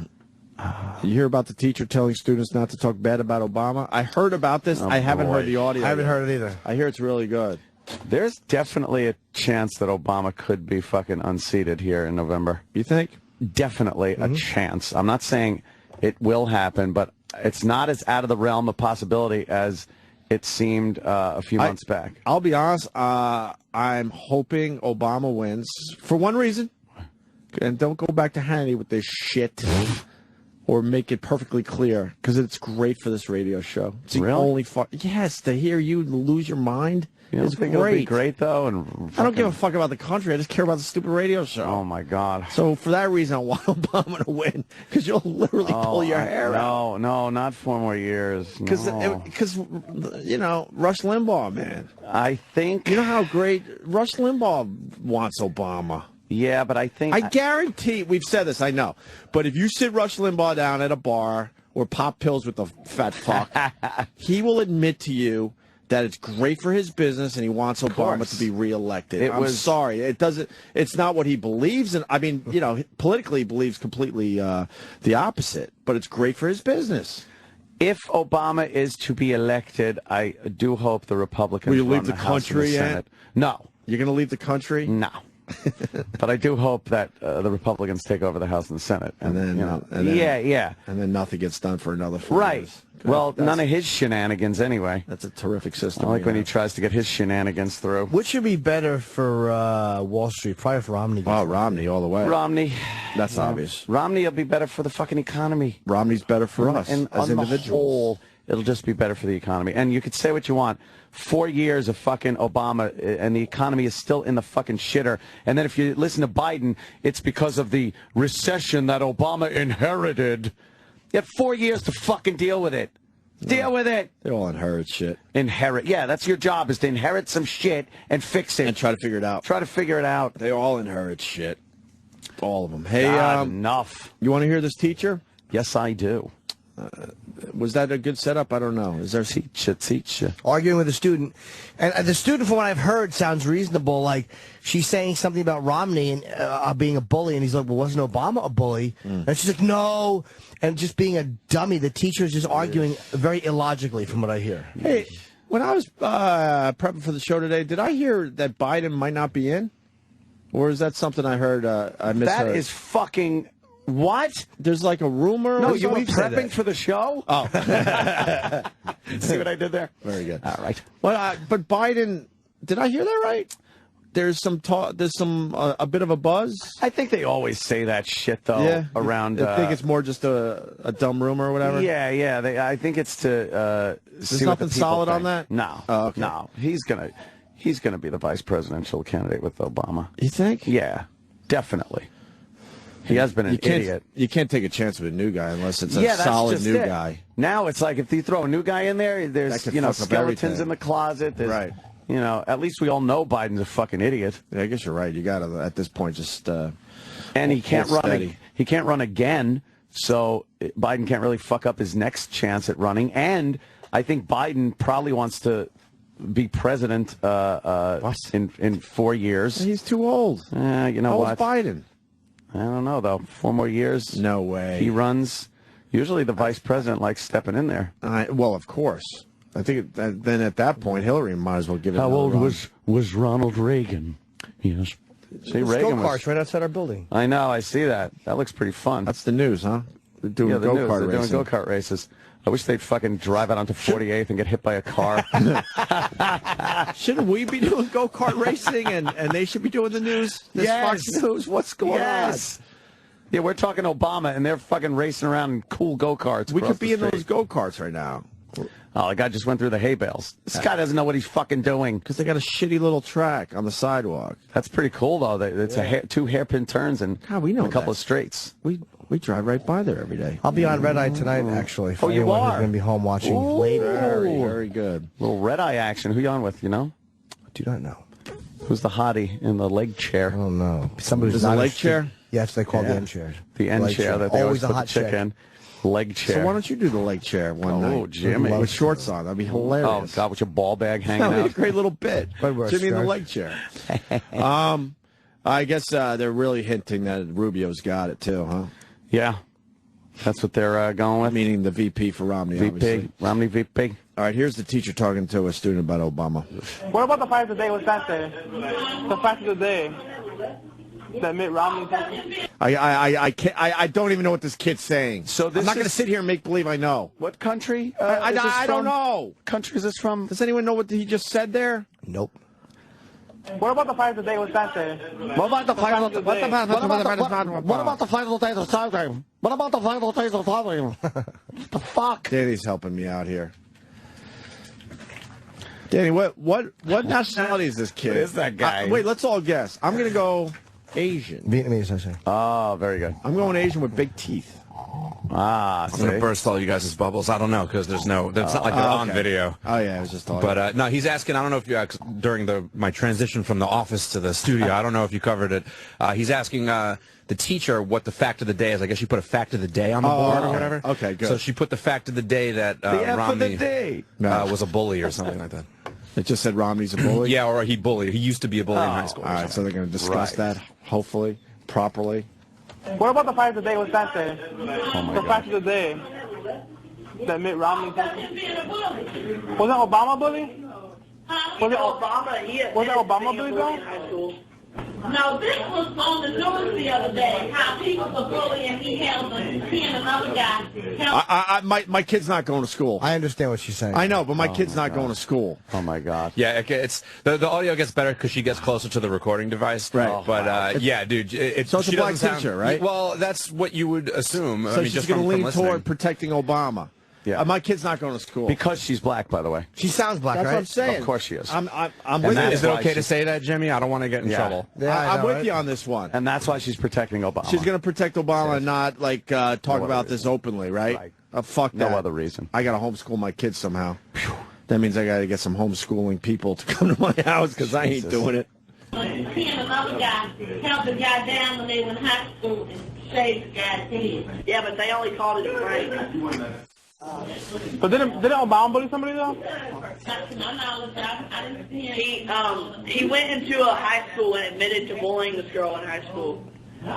I don't know, but didn't I tell you that we would not be doing the grades, talking about the grades? Well, but didn't I tell you if you're gonna trash Romney, no, because there's no comparison. He's running for president. Help me out, Danny. My ears are Holy shot. shit! Cunt is just yelling. My ears are shot. Help me out here. At this guy. Yeah, she's saying that she's not gonna let the student badmouth Obama because he's the president. Yeah. So she can't. That's not the reason. She can't We all say know why. that. She can't explain to the student why it's different. Right. All she's going to say is, yeah, well, Obama's the president, and you're not going to talk about him like that. But that's what the school. But there's no bias in the schools, right? This is what the schools are all about. Enjoy. How can this bitch not get fired? She should be fired. She definitely should be. He's running for president. Obama is the president. Listen, he is doing respect that every other president is due. Oh, you mean the white ones? No, sorry. No, it isn't. Yeah, it is. Oh, could you pause it a minute? Oh, so he's due the respect that I'm sure this fucking piece of shit gave George Bush. Right. That comes up later. That comes up later in clips. Oh, it does? Yeah. Oh, okay. Yeah, it is. No, it's If you're gonna talk trash about one side, you gotta talk trash about the other. Why is it? I love the kid. Why is the kid smarter than the teacher? He's smarter than she is. The kid is that's smarter. A smart person right there. Should discuss both sides, all of it, all angles. And it's completely legit. That should be Discuss both that's real sides. teaching and learning. Yep. No, darling. Let me tell you something. You got to realize this man is wanting to be what Obama already is. Okay? There's no comparison. But when Bush was... If he wins, okay. What? Everything go get it. Okay, if he wins, oh yeah, he'll get it. But you know why? Oh yeah, he'll win. He'll win. Who will? It's just, I'm saying, if you're gonna talk trash about one side, They call us again. Listen, let me tell you, that's the second time you try to have a little debate with me about Obama. It's just, and it's gonna stop. it's just No, that's disrespect. That's disrespect. You're disrespecting Romney. You don't even know that. This man is a presidential candidate. But not the president. What does that have to do with anything? Stinks, this She bitch. is the worst fucking thing in the schools. She's fucking horrid. Right. And this could lead to the kid being disciplined. You know what I mean? Her racial bias is fucking oozing out of her as if fucking a Klan member was teaching a fucking class. And she can't cover it up for shit. No, Wow. no. She's so incredibly And she transparent. can't. Wow. Ugh. That's what the schools are. But he's just a man. Obama is no god. He's still a man. Let me tell you something. Get back! You will not disrespect the President of the United States in this classroom. I'll say what I want. Not about him, you won't. Wow. Not about him, you won't. And meanwhile, the guy was just saying, didn't Obama bully somebody in school? Like, Obama, and this dumb bitch didn't know it. No, he didn't. And then it's like, well, he admitted he did. And he's, well, it's different because he's a candidate and he's the president. What does that have to do with Nothing. anything? You could have an open discussion about the president and what you like or dislike about him. He won't be disrespected in this class. Oh, God. I'm sure she stuck up her Bush the same way, though. Oh, I'm sure she did. You know what? He's the president. Respect him. Mark Maron's here, so we should probably break. We have more of this conversation between the student and the teacher, but I will not allow us to go into another topic when we come back. I want to hear the rest of this. Me too. All right, so we'll do it with Mark Maron. That's easy. We can do that, right? Yeah. Oh, boy, he's going to be fucking a pisser with this one. What, Mark He'll Maron? probably side with the fucking piece of shit that's on the tape. No, I don't know. Mark's a liberal douche. But he's also very. He's about arguing and stuff like that. I don't think he wants one side. Right. Mark likes to argue. Wow, there was a lot of hate right there. Mark's probably listening to you call him a liberal douche. Well, he's liberal. It's gonna make it very uncomfortable now. He's liberal, and every liberal I see is a douche, so it's not personal. I will not be disrespected in this studio, though, because I do the show. He's a guest on the show. There's the difference. There's the difference right there. And the news is saying that they might replace Biden with Hillary. I don't know. No, I don't know how way. serious that Hillary could is so possibly be. fucking done with politics. You think? I'm pretty sure she's done. She's growing her hair out because she just wants to. Yeah. You know why she's growing her hair out, right? Become a lipstick lesbian. She wants to be a little more attractive to who knows who out there. Wow. That's my theory. Wow. Getting ready for some fun in her retirement. Row, row. Mark Maron next.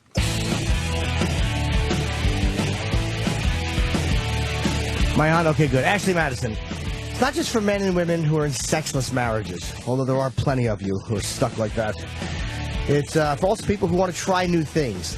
Like if you have certain fetishes or fantasies, like say you've ever fantasized about banging a hot Latin chick. Ashley Madison is for you. Why? Because you can find them there. If your idea of eating Chinese is munching on a hairless Asian, Ashley Madison is for you. That's actually the copy they gave me to read. How great is that? If for some reason your wife won't let you do her in the ass and drop your load on her back, Ashley Madison is for you. I like that because obviously there's a woman on Ashley Madison that will let you stick it in her ass and then drop your load on her back. Then again, if they really want to sell me on Ashley Madison, they should say, hey, you want to do a girl on the ass and then drop it in her dumper? Ashley Madison is for you, but I'm sure that girl exists there. Why? How about a girl who's half Asian, half Chinese, and will let you do it in the ass and dump it on her back? Ashley Madison is for you. There's more than 13 million members and someone joining every 7 seconds. Ashley Madison is the best present you can give your penis. It's 100% secure, it's completely anonymous, and it's guaranteed. This site, AshleyMadison.com, people thought was a joke when it first started, but it has caught on and is massive. And I love the fact that these guys do not back off. So I completely support AshleyMadison.com because I want to do everything they list here. How about girls with meaty pussies? I want that in the copy because that's who I'm looking to meet. A girl with a fat vag who's in a sexless marriage who doesn't mind a man who loses his erections. Why? Because that's me. My erections come and they go. You never know. They're like bad weather. So I need a girl on Ashley Madison who's in a totally sexless marriage who won't need me to be a good fuck in order to continue seeing me. So if you don't mind a mediocre guy fucking, I'm your guy and I'll be on AshleyMadison.com. I hope that was satisfactory.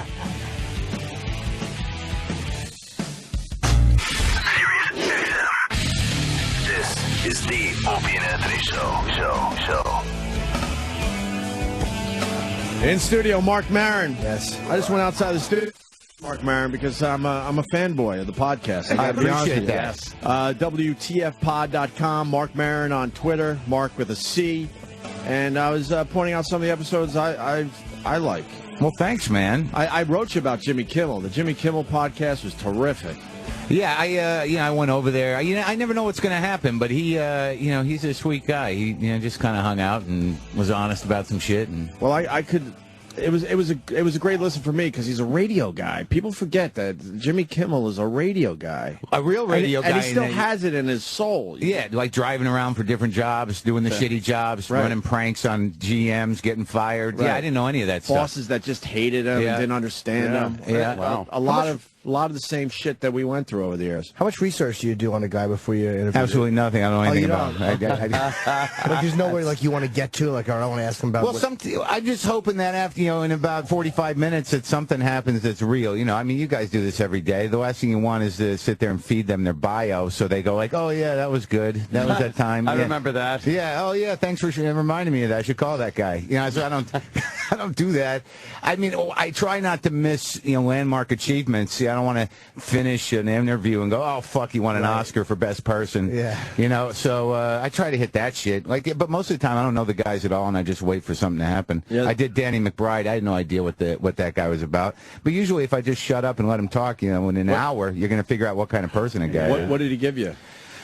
Well, he had a good story about working in a restaurant. Yeah, I know that sounds weird, but I mean, that's the shit. That's well, good. he comes to L.A. He's got nothing. He's got a shitty job. A girl breaks up with him. He ends up chasing down some guy with a golf club and realizes he doesn't know how to fight. And he's just a funny guy. Because you want him to be that Powers guy. You want him to be the eastbound and down guy. Right. I kind of wanted that. I'm like, I want him to be a dick, but he's just very polite. Happy. Couldn't be happier to really be successful. Nice guy. Yeah. Really appreciative. I told you the Michael Cera one was great, and the reason we've had Michael Cera in studio, he's a tough fucking guy to talk to. Who is he? He's a guy from Juno and from Arrested Development, the kid, the quiet kid. Well, I mean, what about, it's weird. I mean, but I'm telling you, that's a compliment, because that shows that you know what the fuck you're doing, because I wouldn't have been able to sit there with him for an hour. Well, they're in my house. I've made the appointment. They're they're sitting in my garage. I'm not, after 20 minutes, I'm like, this is fun. I'm done. You're downplaying. I can't. You're downplaying, because he's the type of guy that it would be like pulling teeth. It really would. He's a talented guy, absolutely, but his delivery's a little weird, and you don't know what he's thinking. You don't even know if he's enjoying himself. Yeah, well, that happened. I think I love you can get more out of somebody, though, because there's an intimacy in a one-on-one that you don't have in a room full of people. That is definitely true. That's definitely true. And you set up your garage? What? Well, it's cluttered. It's full of shit. Is it really? You don't even have it set up for? No, I got booms. I mean, that was a big day. But is it nice? Boom. That was a big day. But is it nice? No, it's there's stacks of books everywhere. It smells weird in there. You didn't set up a lounge or anything like that? Make it all nice and intimate? No, I mean it's awesome. Just clutter. I mean, originally I organized it. I put a table up. I mean, you guys, Dice is coming in later. He came. Yeah, it's a little better than that. But there's more shit in there, and I took the bike out. So there's places. That's how you do your podcast. And it's hot as shit in there, because you guys got Dice coming in later, and he came over, and the only thing I was fucking worried about is it, like, in the summer it gets hot as shit, so I got to deal, like, I had Andy Richter in there, and then people start sweating, like their beads just sweat, and I'm sitting there going, this is getting bad, but I don't want to stop the conversation. But I've had people drenched in there, and when Dice came over, the only thing I was fucking worried about was that he would it would be too hot, and he'd start complaining about how hot it was. Right. That was the only fucking thing I was worried about. He didn't say a word, and he didn't start sweating, so it was all right. Who since the last time you were in, who's been a really good one for you? Well, I just one of your favorites. Well, I'm sort of a fanboy guy with some guys who and I don't know them any better than you know them, or I don't know them any better than anyone else does who's been a celebrity. Like Norm Macdonald kind of blew me away. And we had a great time. Right? Great. Well, he's surprising. Yeah. There are people that come in, and I'm sure you guys deal with it all the time. You're like, I don't even know if he can talk. Right. And then you start talking. It's like, oh my God, he's a person. But he's very self-reflective and everything. Todd Glass, he was on. He came out of the closet. That was interesting. Did he come out on your podcast? Yeah, that was. Oh, that was where he came out. Okay. Yeah, good for him. He chose to do that. It was kind of weird. I mean, he called me a few months before, and he leaves a message. I'm like, I got to talk to you about something. It's personal. And then he hangs up. I call him back. He doesn't answer. Oh, man. And then, and then I call him back. He's like, look, I think that you're the right guy. I want to do this thing. And I'm like, all right, we can do it. Did he tell you what he wanted to do? Yeah. Okay. He said you want to do that, and then I'm like, I don't know if what am I supposed to do? I'm flattered that you want me to do it, but so there was this whole negotiation about how are we going to handle this. Then he wasn't. It took him a while to get his eggs in a row mentally and with his partner and stuff. So for months he was. It got to be this point where he was telling me like he wasn't trying. He's trying not to let me down. Like I get these calls like a month would go by. Like we're going to do it after the new year. I'm ready. It's going to happen. And I'm like, it's on you, man. So it happened and it was good. But a lot of people thought it was a bit for a couple weeks. Well, he wouldn't admit that he was gay. He was like, I'm gay. I can't. He couldn't say the word gay because he doesn't see himself as a gay guy. There's a differentiation. There was a certain type of gay guy he didn't want to be associated with in a way. He's a guy's guy. Guy's guy. He doesn't want to be flamboyant, swishy. Yeah, right. He doesn't want to be lumped in with. It was pretty delicate. It was. He doesn't want to be the type of gay man that I would receive oral sex from, basically, which is twinkish and kind of feminine and wearing a wig. Did anybody ever no-show on you? No, some people, sometimes people are late. I'll tell you honestly, I'd completely forgotten that I scheduled Lisa Lampanelli when she showed up on my porch. I was literally ready to go somewhere else, and then I see her walk up, and I'm like, oh fuck, is that today? And I had to act like oh, it was nice to see you. We're waiting for you. But no one's never. She wondered why you had to turn the lights on and plug everything in. Let me open up the shop here. I didn't realize I had a business to do. How was Lisa? She was great. I mean, she was, real nice. People, I don't know. I mean, you sit there and talk to people. After, I thought she was great, but a lot of times when people leave and then you hear them on other things or you hear something about them, you're like, why the fuck weren't they like that with me? You're never going to get over that. Because there's some stuff I hear you get out of a guest and I'm like, fuck. Yeah? Like what? I'm trying to think of one. Well, I guess the Michael Cera thing. I didn't understand. That he's from Canada, obviously, but moved to LA with his mom and left his father behind and all that shit. Yeah. Fuck, why didn't we ask him that shit? Yeah, well, like I had Paula Poundstone on today, and you sit there. You guys would have a better job. Like she's got that legal problem. Oh yeah. I mean, she was accused of molestation, touching kids. Right. So she's sitting in my garage, and I know she can leave. We're not live. There's no point for me to open the conversation with, did you, I mean, what really happened there? So I got to talk for an hour, and then you got to delicately handle it and, see whether or not she's going to say anything about it. Whereas I think in this situation, you could kind of push it a little harder to get there. But, she was like, I can't really talk about it. I'm trying to do better. Oh, really? Yeah. Sometimes they can. Sometimes a one-on-one is, again, I've done some one-on-ones. I find people are more willing to talk in a one-on-one. There's an intimacy there you just don't hear. It's like a bunch of guys in the room, one on your left, and people are much more guarded here than they would be. And plus, the reputation of the show is fucking heinous, and they think that they're going to be attacked. Well, they're surrounded by dicks or tits. Yeah. I mean, something's going to come out. There's going to be fluid involved, and you're wondering, like, am I going to be able to get out of there without being filthy at all? Yeah. But, I don't know. What? No, I was going to move on to something else. What I admire about you, you've been known as a politics guy for a long fucking time, and you have been able to move past that with your podcast. Like I do not hear you do politics. Well, that's because people expect you to be the politic guy. They used to. Used to is but sometimes it's hard to get out of that. No, it's not. In my mind, when I was at Air America, I was there for a reason, and in my mind, I did my fucking time for those people because, in a sense, whether I'm liberal or progressive or whatever, it comes to a point where you're not going to please either side. If you want to carry the water and you want to be the politics guy, especially on the left, you're going to say stuff and they're going to be like, that you didn't say enough. Right. So there's no pleasing them. And what happened with me is that I started to realize, like, okay, I'm angry about politics. And I go a little deeper. I'm like, no, I'm just fucking angry. So, politics was this template through which I could push my bullshit through. And I started to realize once I started the podcast that, hey, everybody's just trying to get by. Everyone's just trying to pass in their fucking life and try not to lose their shit. So I can relate to that. So I just speak directly to that. My point is, it's kind of brave, though, because... But I am a liberal douchebag. I want to make that clear. I told you he was listening. I told you. Where's that? Yeah, there's a weird distinction. I knew he was listening. I know you knew I was listening, but the funny thing is, at least I'm a qualified douchebag. There's just douchebags, but if I'm a liberal douchebag, I can live with that. Because there's an argument to be made that there's just plain douchebags, and I know who they are. But my point is, you were able to leave your comfort zone. You know you're damn good at arguing politics and getting people fucking riled up, and you went, I know I could do that, but I'm not going to do that anymore. And I think that's kind of brave. Well, sometimes that's all it is. If something affects me personally, like if I'm right now, I had to get health insurance. I never had to get health insurance before. I'm a grown person. Right. I got coverage like Jim does through After or whatever, and we're fucking infants. You know what I mean? Like, I got Union, right? You get the thing in the mail, you're like, okay, I guess I'm good. Yeah. And then all of a sudden I'm on Cobra and I forget one payment and they're like, you're out. Mm-hmm. And now I'm like a 48-year-old guy that thinks he has a brain tumor. I'm not even fucking covered for it. So I got to call up and I got to figure out how to get insurance. So that shit bothers me. And there's part of me that thinks like, why can't we just automatically have insurance and I wouldn't have to do this? Because then there's the issue. Have you ever bought fucking insurance? That's pain in the ass. Yeah. But I don't even know what it covers. You don't know what kind of insurance. Oh, you don't have the cancer insurance. You hope it covers a lot. Yeah, right. That's all you do. Well, in the end, it doesn't really cover anything. Let's be honest with you. But that's they figure out a way every fucking time to get as much money out of you as possible. So, like, you're not incorporated? Yeah, I'm incorporated. Because it's easier that way. Don't you have some people that are looking after some of your finances? No, I'm not that financially adept. How much money do you think I'm making? I'm working out of my garage. Yeah, there's a special union coverage I get for being a garage podcaster. We had a guy, it's like, here's 3 insurance companies. This does this does this does that, and pick one. As an individual guy, I just went in, I went with this Kaiser thing. So now, like, I'm actually in a health coverage situation that will, if there was national health care, it would look like Kaiser, which means that you sign up, you pay a certain amount a month, and it's only $25 copay for fucking anything. But you don't get to pick your doctor, and it's sort of a crapshoot when you get over there, apparently. Wow. Yeah, you just walk in, I'm like, I'm sick. Well, let me see if there's a guy here. And then you go see that guy, and I haven't even gone over there yet. I'm hoping nothing goes wrong, but I want to get the brain examined. And what, you really think you might have an issue?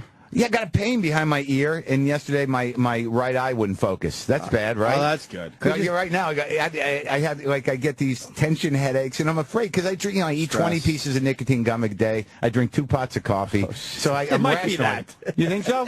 Maybe It you could just be give that. yourself That's a lot of headaches. nicotine. Yeah, it's too much. You're still getting a lot of nicotine through the gum. I couldn't a lot fucking of sleep. caffeine. I couldn't fucking sleep last night. And I haven't had trouble sleeping. And I was I'm in a nice hotel. I'm in a Holiday Inn Express. Yeah, in Brooklyn. It's awesome. In Brooklyn. And I just I'm sitting I'm right next to an ice machine. There's a noise going on, well, yeah, but there's something about not being able to sleep because within 20 minutes of not being able to sleep, I'm like, I want to fucking die. I have no recourse. What am I going to go down to the Holiday Inn Express desk and go, can I get another room and fucking deal with that bullshit? So I sit there and listen to these noises that I assume are rodents or parasites or very large bed bugs in the fucking wall, and I have no recourse other than to sit there and go, this is fucking horrible. I don't want to live anymore. Yeah. That's where I go with it. I think I've lost my love for New York City. I don't know what the fuck happened to me.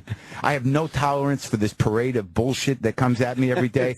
It's like an assault. I'm up in the hills in Los Angeles, and not the nice hills. I live in the hills of the barrio, but I got my own house. I got my own car, and I can get in it and drive. Here, I get on the subway, and I'm like, I feel like I'm being psychically molested by fucking everybody on the goddamn train. I'm covered with their sweat, and now it's wet out, and it's grimy. Well, I got off a train the other night in Brooklyn, and they were hosing down the walls of the thing and creating that mist, and I'm like, now I'm inside a tubercular lung. Yeah, this is like layers of fucking microbes. Legionnaire disease. Exactly. Yeah. And I used to think like, oh, this is great. We're all one people. And it's an organic being, and I'm just a cell in it. Now I'm like, this is fucking disgusting. I can't take it anymore. There's no way for me to rationalize it. Isn't that amazing how that happens? You get a little older and you start to, it's not like, I just like the feel of New York City, that grit and this and that. And then it just becomes, this is terrible. It's awful. It's like disgusting. It's grimy. There is shit. I was in an apartment 2 days ago. I was able to shoot a scene with Louis for the new show, which I'm excited about. And they're shooting in an apartment. And back in the day, it was in Dumbo. It was a big floor through. It was a huge apartment. And 10 years ago, I went, God, this is a great place. But I walked in there. I'm like, what's amazing about a New York City apartment? Even the best ones, you're never going to get it fucking clean. There's grime all over it, and you just live with that. The window seals are full of garbage, right at the edge. The floors are wood, and they're never going to get clean. You're like, this is great. No, it's not. Pigs live in this place, and you're rationalizing it because you can put posters up on the wall. For a lot of money, too. Yeah, for like probably $2,000, $2,200, $2,500 a month, you get to sit in that shit and go like, I don't really need a kitchen. This is just a sink. And it's a hot place. And they get away with it. People are buying. We're renting. Oh, man. Is it the place in Brooklyn that you went to in Greenpoint? No, it was they were shooting there as a location, but it was a nice place. But I don't want to live like that anymore. I can't deal with this shit anymore. I'm aggravated. I'm getting furious at everybody. And I was feeling pretty good about myself when I got to New York. I've been here 3 days, and I don't know what it means to be alive anymore. Stay in a better hotel. I know, right? You're doing good. What happens is you start to do good in life, and you're successful. So treat yourself, and I'm not saying spend 2,000 a night on a hotel. But stay in a better place than the Holiday Inn Express. Fucking It's horrible, man. Good. It's nothing but German tourists who are eating this horrible free bacon. And if I don't like a free breakfast buffet, it's got to be real shit, because that makes me happy. If I walk into a hotel and there's a waffle maker, I'm like, how bad could tomorrow be? But like, I didn't want to fucking eat that shit. I kind of like those dumb hotels too. Yeah, but I would rather stay in a Marriott suite hotel. Yeah, exactly. I love the Marriott suites. I love Fruit Loops. Yeah, because it feels like your birthday when you wake up. Like, I can eat all I want. I'm going to take 3 boxes and one for later, so I have something to eat for dinner. Shitty scrambled eggs. There's something to be said about that. No, it's great. You feel like you're being treated well. The cheapest fucking hotel in the city is like $400 a night, and I'm too much of a Jew or something to write off. It's a total write-off. Yeah, I know it's a write-off, but I think like, all right, I spent 6 hours here, I slept, I jerked off. Was that worth $400? Yeah. It's worth, if you can do it, you don't have any children, you're not married. If you can do it, fucking just do it to like, it's almost like this is my life, I can afford it, why not just live decent? I'm not saying overspend, but don't underspend either. Well, I made some improvements on my house, so I'm not. I don't know if I have the disposable income right now. I put in central air and heat. And how long did it take? You had to put that in? Dude, I live in, like, on the outskirts, east part of L.A., and it gets hot as shit. Sweltering. I've been there since 2004, and every year, all summer, I'm just like, I'm just going to sit in my car. I'm going to go to the movies again. Like, and I just thought, like, and I swear to you, my ex-wife would be like, why can't we just do this? And it's like $11,000 to do the whole house. I'm like, well, how long's the summer? We'll get through it. I swear to God, if I would have put Central Air, and I think I would have still been married. It's the best thing I ever did in my entire life. Yeah, you got to spend. Sometimes you spend the money. You're like, oh yeah, this is the good thing about making money. It's like I can live better. I love that walking into just a nice, happier cool now. house. Not wasting on drugs. Right. Yeah. Like laying in bed with a ceiling fan, and that's not even working. You're still sweating in your bed. And some part of me is like, I can get through this. How many more weeks do I have? That's the worst part, is trying to fucking sleep with no air conditioning when it's just hot out. Even that dumb ceiling fan doesn't work. It's just blowing hot air. Yeah. It's just stuffy. Why not the room conditioner, though? I like the room conditioners just as much as Central Air. What now? They got the windows I have out there. They're not made for anything. I blast it like a meat locker. I need that room to be like 67 degrees when I go to sleep. Cold. And then and then I'm like cold when I get up. Now I'd rather just get blankets. In the summer, if I can have to get blankets, I'm like, that's fine. That's what it is. I want the room to be cold, and then I want blankets on me. I don't know why, but it kind of works. I've earned this. You could regulate your temperature by sticking a leg out into the coldness, and you pull it back a little. Yeah. I don't fucking know. Constantly adjusting all night long. Yeah, just keep that toe carbon out for a little while. footprint as large as possible. Kaiser blows. It's coming in there, Mark. Is it? Yeah, they're Well, saying I know, but it was reasonable. The docs are a joke. You better hope there's nothing wrong with him. If so, he's done. Great. That's a good way to start my day. That's only one guy, though. That's only one guy. Yeah, but that's the internet. Maybe we'll find one out. guy for you to go. The internet just told me that I'm fucked. Said, huh? That was the internet said. That was Larry Allstate on the phone. Larry Allstate. I could have went with something else, but I called that. Like now, there's some people that I could actually call in show business. Ken Jeong used to be a doctor at Kaiser. No. So, yeah. He's still a doctor. A real doctor. No, I knew he did all that. I didn't realize he actually practiced. Oh, yeah, he did. When he started doing comedy, he was an emergency room doctor. But I called him, and apparently the one in California, Southern California, is rated pretty high. Have him check you out. But that's I'll do that. Like he take a break from your trailer. Can I? I'm not gonna. Yeah, he owes you. Yeah. He probably would actually, but it would be awkward. I'd show up at his house. He's like, "This is not appropriate." I'm like, "I don't care. I need an examination." Check out my head. One more podcast question. Yeah. How does it feel that you kind of blazed a path and everyone's podcasting now? We could all kind of look at you. I mean, you were the first big one. I lucked into it in a way. I just I had no real expectation out of it. I was desperate. I was broke. I was unhappy. We remember. Yeah. We were around in those early days when you're like, I don't know, I'm going to try this podcasting. I remember the conversation. You get this weird run where you're like, I feel great, I did something. Then you feel like, fuck, am I still relevant? Is it still going to work out? Oh, I mean, is this guy doing me better than I'm doing me? Do people still give a shit about what I'm doing? How do I make this more interesting? Maybe if I interview my asshole, this would be better. Those guys seem to do well with it. So I don't know what the hell's going to happen. Now I'm just waiting for the other shoe to drop. In the early days, I don't remember anymore. Were you getting the big guests in the early days, or it was a lot of comics, obviously, and a lot of popular comics? But it was tough in the beginning, right, to get people. Yeah, but I had guys. I have a lot of friends, and I've been doing comedy last. But now it's time. Like you could get pretty much anyone. Not really. Not really. No? Who do you want that you haven't been able to get? Is there anybody? Yeah, I'd like to interview. I've never talked to Will Ferrell because I don't do junket shit. I don't do plug shit. It's really they're gonna have to sit down. I like to get Albert Brooks. I tried to get him on. I want to try to get Shelley Berman on. I had this weird thing where I wanted to do the old guys comedy. I wanted to do Shecky Green. I had this dream. Wow. Because my grandmother loved Shecky Green, so I'm like, I gotta go find Shecky Green. I had this whole episode plan where I was gonna take a drive, take the mics with me, like some pilgrimage to Palm Springs to interview this great Buddha of comedy, right?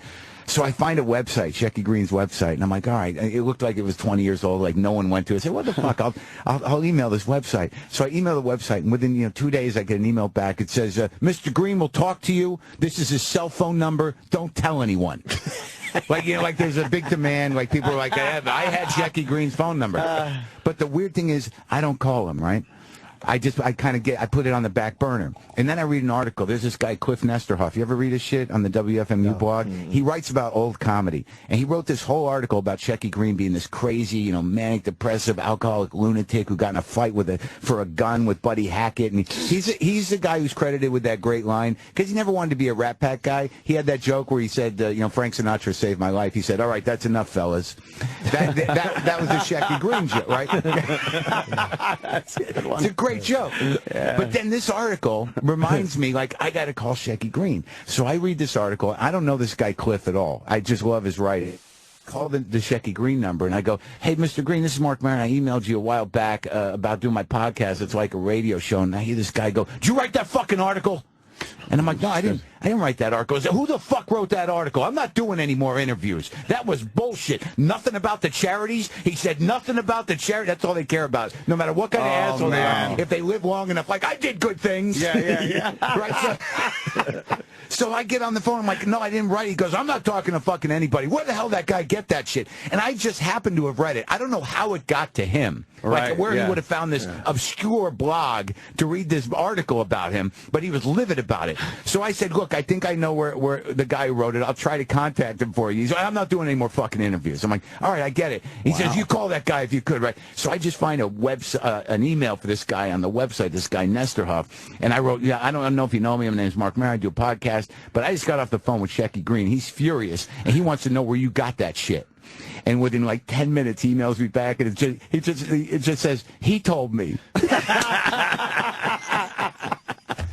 Now, can't you? You should email Shecky back and tell him he'll talk about the charities. Maybe he'll do the podcast. Say you got to get your side of the story out there. Yeah, about the charities. We'll talk about the charities, and then just get him off on a tangent. Yeah, I just don't. Come on, dude. You got to do it before he dies. All right. You'll regret it forever. I'll do it. I want to do Shelley Berman too. I like to do Iggy Pop. There's a few people. Shecky. Have you done Bob Newhart? No, I'd love to do him, but Ron I can't. Bennington did Bob Newhart. We went to the taping. Was it got great? to meet him. Oh, fuck, it was great. I reached out to him, but you don't know. I don't know. I don't have any juice, and you don't know. You have a great list of people you've done, though. You have enough. I think Bob Newhart would do it. I think so, but all I got is a number for his assistant. I tried. I called somebody, and I don't know if it ever went through. And have you done Leno or Letterman or Conan or any of those guys? Yeah, Conan came over. Conan did it. Yeah, that was kind of weird. How was it? It was great because I've been doing his show for what 12, 15 years. We have an on-air relationship, but I've never had a conversation with the guy. And that was actually a weird one because. He came over, and I don't know him in plain clothes. I've never seen him in casual gear. And this guy, a suit. Yeah, and he's tall, and but we had this on-air thing. He's been very good to me over my career. But he comes over, and I'm like, hey, it's weired, because then you're interviewing him as opposed to and he's sitting in the garage in your house. Yeah, and he's in my little shitty house. And he's sitting there sweating and talking, and But that was one of those moments where after. And I told him about this, after he sort of lingered, it was 5, 7, probably 7 at night. The sun's already down, and we finished the interview, and he's in my dining room, and we're just standing there. And he's sort of lingering, and I couldn't handle it. There was part of me that's like, what's he doing here? I got to get Conan out of my house. Right, because, what's going to happen? We're not friends, really. It's not like I'll see you at the house, or maybe we'll have dinner or something. It's done. It's over. It's done. Get out of here. Yeah. You're making me uncomfortable now. Right. We have a few of those after the mics are off. Meanwhile, he's trying to He's trying to be friends with you because he probably likes you a lot, and he's like, well, this is a real moment. Let me hang out with Mark. It's a non-show thing. Maybe he's lonely. Made me nervous, though. I didn't know how to handle it. And there's still that part of me where I respect the position. Right. You know what I mean? I'm a guest on his show. So, he's the guy with the show. So how did it end? How'd you get him out? No, how'd you get him out? Yeah. Well, I kind of shuffled towards the door. All right, Ben. All right. Ooh, look at the time. Yeah. There we go. You probably got to get home. Am I right? Yeah, I'm sure you're a busy guy. That's small talk. Ugh. No, but it was all right. Small talk. I had a good time. I did his show last week, and he's got me in regular rotation again, and it's been fun. It finally got back to that kind of we're just hanging out, and it was great. What was I've talked to him, but I've not talked to Leno, and I don't think I can get at Leno. People always, they tweet me. It's like, hey, you gotta get Woody Allen. Yeah, okay, I'll get right on that. As if I have the power to just sort of yeah, Woody, let's do this. You got the same managers as Robin, though. You got Robin, so maybe. Yeah, but that was tough. I mean, Robin, who and I know, he shows up and he's nice, and he knows me and I know him. But when he agrees to do something, then you're given an email contact, and then you have the layers that you have to go through because he's fairly protective. restrictive. You know, you have to sign a deal in that, you know, how long is the terms of usage and whatnot. Because I think that people have misused his name. Like, I think there was years ago, there was something he was associated with where they took advantage of his placement in the credits or something. And like, I think that those guys who were a brand unto themselves, they got to protect themselves. He was cool once, you know, once we did it, but I had to go to his house. That was another interesting thing. Well, tell us about it, because I want to hear about it. About the Robin thing? Yeah, because I didn't hear that one yet. Because you asked him tough questions, man. Like, you gave him a real interview, which he probably appreciated. Yeah, because he's kind of a goofball. Well, that was, well, you know, it would have been, like, I drove to his house like 11 in the morning. You know, I'm driving over the Bay Bridge. It's, you know, he's up in the San Francisco area. I got the mic on in the car going, like, look at me. I'm driving to Robin Williams' house. I feel like sort of an asshole in a way, you know. Well, there's that weird moment when you do it, when I go out elsewhere. Like, I remember when I interviewed Judd Apatow, I'm like hooking my mics up in my car to go interview a guy who's younger than me, who owns show business. I'm like, this is where I'm at. I'm in my Camry. I'm hooking mics up to a tape recorder. But it was great. But I get to Robin's house, and it was just weird because it's 11 in the afternoon. We go into his house. Nice house? Sure, it was nice. You know, it was a newer place because I think, you know, when he broke up with his wife, he had another place or whatever. But of course, it was nice. You know, I mean, he's not going to be like, yeah, I'm just living in my garage. But I get in there and we sit down and it's just me and him in his house. And yeah, and he talked about, you know, the heart attack. He talked about the relapse. I asked him about joke stealing and all this stuff. What did he say about joke stealing? Is he known for that? Yeah, it was. He had a reputation for it. I heard that he would hang out in the back of rooms and stuff, and people wouldn't go on stage. Right. He's that guy, right? See, I never believed that he actually purposely was like, fuck. He's like, I think he's one of those guys that picked up things. That's right. That he heard. I don't think he was like a purposeful scumbag thief. No, he wasn't. And that's why I went and interviewed him, because despite whatever you feel about him, I got sick of fucking 23-year-old comics going, oh, fucking Robin Williams is a hack, he's a thief. It's like, who the fuck are you? He's not a hack. This guy did exactly what you want to do. He was in his mid-20s, he got a huge deal, and he sustained a career in show business for 40-some-odd fugging years, and you're going to condescend, you three-joke asshole with no fucking point of view? So that I had spite when I went into it, but yeah, you're right though. He's one of those guys. He's very manic. He when he's someplace, he hears something, and after a certain amount of time, he no longer can attach it to where it came from. Like I saw it almost happen. Like I saw how it could happen. He came to watch me at that Throckmorton Theater. Mark Pitt runs a gig right by his house, and he's up there a lot.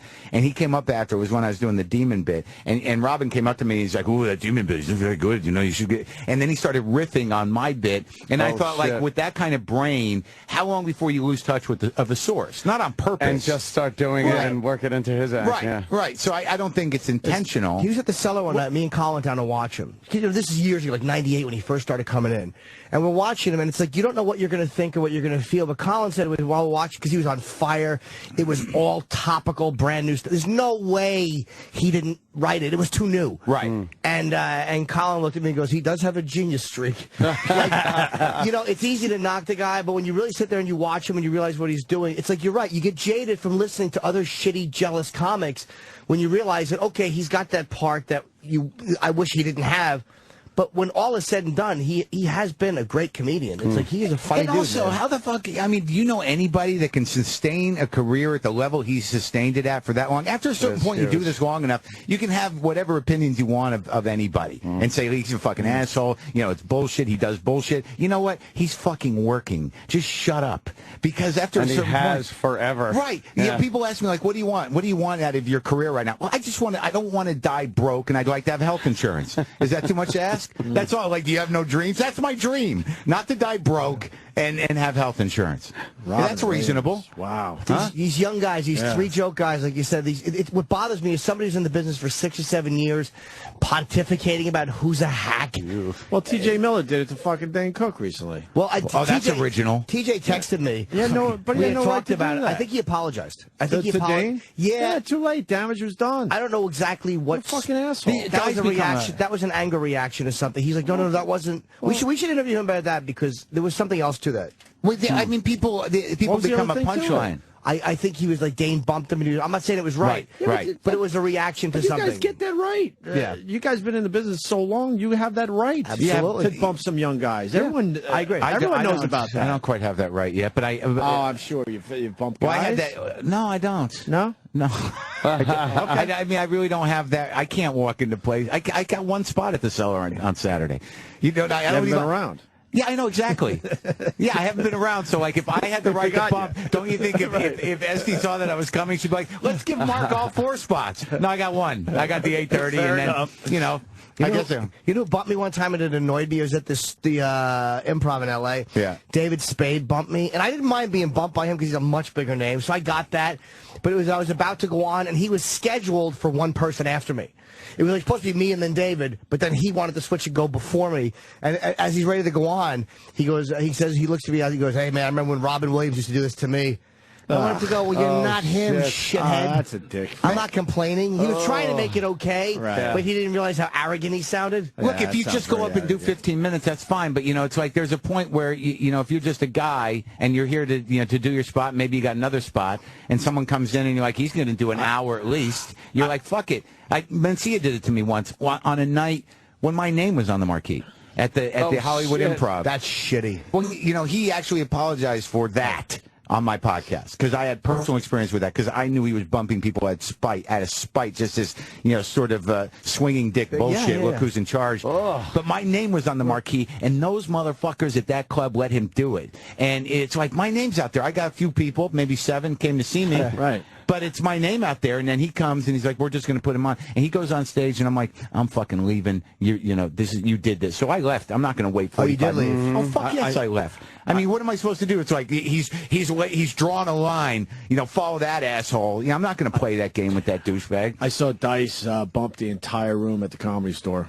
Well, but it was store's different. Yeah. He's got it right all there. All the comics that were supposed to, go on that night, one by one, I saw them leaving. Like, oh fuck, I'm out now. I'm out.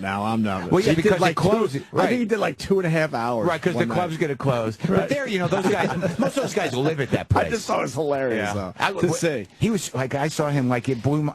You go through like, I used to do the store when I was a doorman there when I was younger, and it took me a long time to actually work there. But I remember when I was a doorman, that's when he got big. Was when I was working there. Like I was the guy at the door, and he was just coming into all of it. And I used to watch him, and I had not really seen him stand up in like 15 or 20 years. And I was at the store, and this is before I had him on my show, and he just came in and he did 40 minutes. And he just dressed like he just got out of his car. He didn't nothing, and he just talked about going to Staples with his kid, and I was like, this is great. I was so relieved after a parade of guys where you could close your eyes and you don't even know who's who, and that's not to say they're bad comics. Just to see a guy get up there with gravitas and to be surprised by Dice just saying like, because it's all the affectation is gone. It's just you forget what a point of view he has. Like he's got a way of seeing things, and it was fucking hilarious. It's just 40 minutes. It was great. He's a very underrated comic. Like he's really famous, but when you see these shitty Comedy Central lists, he never gets the respect he deserves on these lists. It's like when you look at his body of work, he's talked about everything in the last 20 years. Yeah. He's had material on and funny shit on everything in every bit of news in the last 20 years. He's had, like you said, some kind of point of view on, and I think he's very underrated in the overall scheme of comedy. I think that's because of what you get pissed off about is that like I do think that there's a little bit of revisionism around because if there's political turmoil around somebody, that's gonna sort of sully them somehow. Because there was like I didn't go back and look at his shit before I talked to him because I was so excited to see him that night at the Comedy Store, and I just he's a very endearing, unique person. I think it ggets overshadowed with almost the caricature that he was years ago. Because I went back and watched that shit from the 80s, and some of it was pretty gnarly. Oh, yeah. I mean, I'm watching him like, holy fuck, he's talking about, hanging gay guys from lampposts. But, but it wasn't the character, and he was, a different person. So what are you going to do? Well, you're going to sit there and have a guy in, and you're like, 20 years ago, you did this, and that's it. Well, fuck it. Yeah. And then, so you just treat people with respect, and, he's got... Yeah, he's a great comic, and he's a fucking original. It is. How often does that happen? Bring up that whole thing with his point of view on things, and you don't realize, like, he can just talk about, the going telephone. Yeah. That telephone ringing. Ring! Fucking hilarious. And no one is better. He can dominate. You know how hard it is to do a phone or on a radio show? Yeah. He can dominate a room on the phone. Like, he's really good on the fucking radio, man. And I've done plenty of radio with him, and it's just basically you just watch him talk for fucking an hour. He's also a little menacing. You don't want to fuck. He's like, literally, like when he came over to my house, I was like, I don't want to make Daddy mad. Yeah. Like he's one of those guys where you like, you could just hit one button and it's going to be a shitstorm that you don't want to deal with. We have hours and hours of Dice. Great radio with that guy. I'm going to go backwards. Carlos Mencia, where are you at with that whole? We're fine. Did it just happen? No, that was like, we just put out that thing. You had it up there. No, I mean, you grabbed the back of your head. You all right? Yeah, I'm all right. All right, I just want to massage it. Okay. I'm okay. All right. Oh, my God. Dude, I don't know. Are you drinking enough water with all the caffeine and nicotine? You might be dehydrated. You got to get off the nicotine gum, man. If you're on it that long, just tough it out and get Mark off. just grabbed the back of his head real fast. I'm just massaging it. Okay. No, but the Mencia thing, we're fine. I mean, he where are you at with that? I mean, because, it's been talked about a lot with him stealing and this and that. Where's he at? Look, I did a thing with him, and I did 2 episodes. We just released the first 100 WTFs on MP3 on a DVD. Nice. Good for you, man. And, you can only get that episode if you do the premium thing or whatever. But look, I did 2 hours with him. I didn't. I pushed him a little bit. I let him talk. We're fine. And he actually apologized for bumping me that night. Did I get to the bottom of anything? If you listen to the second hour I did with him, you can judge. You definitely see him as a person. He's got some trouble upstairs. What are you going to do? It really hurt him. I tell you, that Rogan video. Oh, dude, it derailed him. I mean, I've never seen a defining moment of negativity in somebody's career. Yes, was that.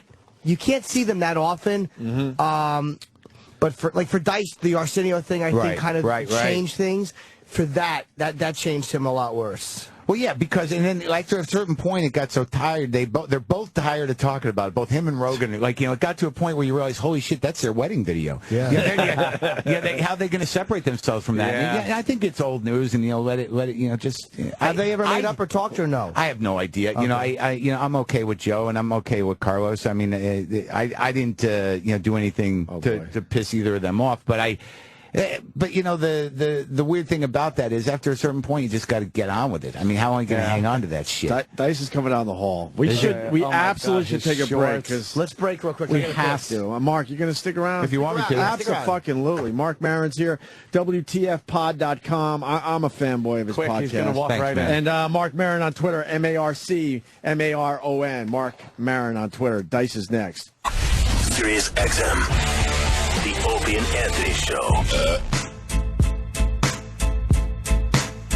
All right, let me set this up. We got Mark Maron in studio from WTFpod.com. And also Andrew Dice Clay has made his entrance. Very happy to be here. He's smoking. Oh, no. He's lost a shitload of weight. Oh, Dice. It's a different diet. In here. It's a cigarette diet. It's a cigarette training program. You don't think that's appropriate? I just got over fucking a horrid cough. He had the whooping cough. Well, I didn't have I don't know why people piss on cigarettes when it really helps you get into the shape you need. Yeah. And helps you train. Get your metabolism up. Yeah, get your metabolism going. You lose weight with it. Nice. You know what I mean? Because you're really not allowed to smoke in restaurants. You're not allowed to smoke anywhere at this point. Or the gym either. You're not allowed to smoke outside. Yeah. I know. I know. I love when they come outside like Starbucks and they go no smoking. Yeah. And I'm looking at them like, why can't I smoke outside in the street? Outside the place. Well, you have to be 10 feet away. There's no joke there. No, it's just a conversation I had with this guy. We're just talking. How much weight did you lose? I really it's radio, though, for the people you know what, out there. Total, I would say about 30. I think it's more than 30. Well, it's a year. I'm in Was it training going for back this- to the cigarettes that did that? No. Okay. No, that was a joke, Anthony. You know what? A lot of people get they gain weight when they stop smoking. What's your routine, though? No, but what's that? What's your routine? What do you mean? Like, what do you do to work out? Oh, you're asking me? Yeah. Mark did one of the best interviews on me ever. He remembers. Yeah, it's great. It was great. He was really great. Yeah, you were on I his didn't know what to podcast. expect because it was actually the first podcast I did. My biggest fear was that you were going to be hot in my garage. Like, I knew it was hot in there, and I didn't want you to start sweating and get aggravated. Yeah, but I like garage living. Oh. You know what I mean? I like that kind of hang. Yeah. He's Yeah, not like even everybody joking. He used to call me from his garage. Guys he used to call you. hide in the garage. Wait, how do I make this louder? Why am I on low? What? How do I do What are you this? doing? Make it louder in your head. Oh, there we go. Can you hear me now? Yeah, we can hear you. Yeah, like people that doing podcasts out of everywhere, you know. Holy fuck, we're all going to get lung cancer. I do a podcast from my car 3 times a week. Is that what you do? I'm a traveling podcast. Okay? It's unbelievable how they do them. People love it. You also did, I guess, Rogan's recently. Yeah, I did Rogan's last week. Which, you know, I didn't realize that you could just keep going. Like, I'm thinking it's a TV show. Right, right.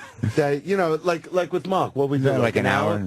Yeah, we did 2.5 hours. Yeah, yeah. I was exhausted when I felt like I felt like I did 3 shows. I had to go rest. Like, what the fuck did I just go through here? Joe's a bundle of energy, I'll tell you. He really is. He can go off for 3 hours. He doesn't care. He's an animal. He really is an animal. Pot, too. Aren't you supposed to chill He's out? the only guy in comedy I'd never want to get mad. Yeah. He's the only guy. I saw him in a karate magazine just with the full split. Oh, yeah. Oh, you know he could kill you. You know he could kill you in a second. Well, from right here. I told him that. Not I said, just physically, you're mentally, the only he's that guy kind in of guy. stand-up I would never want to have a fight with. Yeah. Because there's no win here. No. You know, even if you get the pipe. You know what I mean? Yeah. You ever see the video of him showing George St. Pierre how to do back kicks?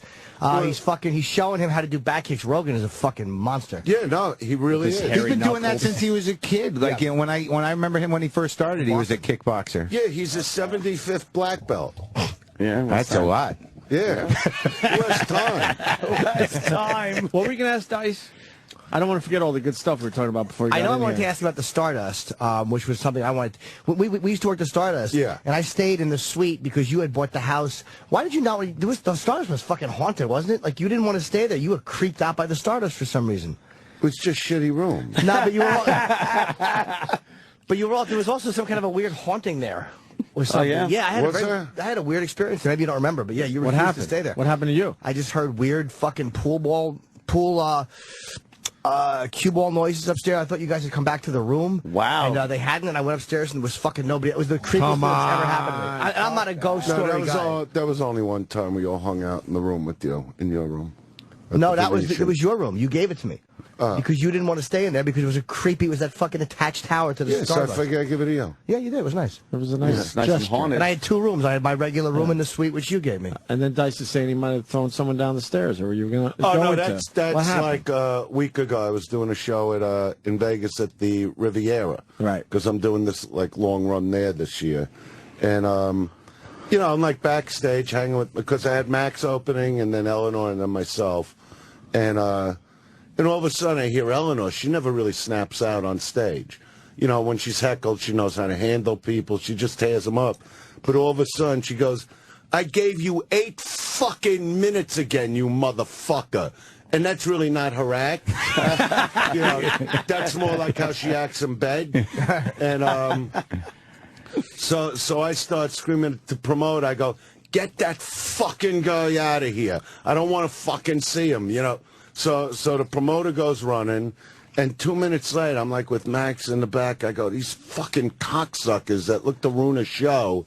And I come out like the back door, and I'm in full, you know, I'm ready to go on. Yeah. I'm going on like in 3 minutes. And Valerie, my wife, is fighting with the guy's wife. You know what I mean? Because he's getting... So I come out the back, and I go, you motherfucker. And he goes... Dice, I'm here to see you. I go, you don't understand. You weren't going to see me. I was going to throw you out anyway. You're just a drunken cocksucker with your fucking hoe wife. You know, and he's going, the fuck you said? I go, I swear I'll throw you down the fucking escalator, you fucking prick. Right? Now here comes Valerie pushing me back into the backstage, going, that's what he wants. I go, what? To get thrown down a flight of steps? Get the fuck off me. And then Max grabs me in the back. And he goes, I don't care what Valerie said. That's the greatest thing I ever saw. That was actually better for the guy than if he saw the show. Right. He goes, he got a personal show. The personal cut. You know? Yeah, because, you know, they get so fucking drunk today in the audiences. Yeah. You know, I have no patience for it, so I'd rather just throw them out. Wait, is that true? Guys are drinking a lot more in the audiences? Guys are drinking more in general. Yeah. 100% true. Not just guys, the girls are worse. So what? I had drunk ladies yesterday. Oh, man. And it wasn't like that when you guys were coming up? Not as much? This joke is wild that happens to want you too, by the way, up in, where is it? I'm guessing Syracuse or in that area. Is it upstate New York? I don't even know where the fuck I was. Or is it in the this Midwest? weekend. Is that what you're telling me? I don't know where it is. It's in the club. Connecticut, that's right. No, Thank you. Thank you, Kenny. It was like a coffin just opened and a voice came out of it. And this fucking chick wants to open her mouth. I'm like 5 minutes before I, get to the end and do it. And she's drunk and sloppy. You know how they sit with the bare feet, these little fucking new generation pieces of shit, right? And she just starts being loud and obnoxious. So I start just cursing at her. I go, excuse me, cunt. And she looks at you, I dare you call me that. And I go, look, you ain't fucking pretty enough to be talking in an audience. You're ugly. You know that, right? It's like I had this fight with a lady at Westbury the other night. You know how I talk about fat chicks, how I like fat? So here comes this little fat, roly-poly fuck, onto the stage. Of course, nobody stops her, Right. And at first I hug her, and then she starts yelling at me. So I'm going, get out of here, fatso. Like I'm not even going for the joke. I'm using grammar school argument. That's what Florentine and said. She's giving me the finger. I go, get the fuck out of here, fatso. And I'm yelling at her husband, how do you fuck this blob of shit? How dented up are her fucking legs like somebody took a sledgehammer to it? None of them know how to put down fucking ranch dressing. They drink it like it's a bowl of fucking cum on top of that salad. Florentine said it was like listening to a kindergartner yell at somebody. I never said I'm mature. As a matter of fact, I was going to bring up this attaché case of candy I have. Yeah.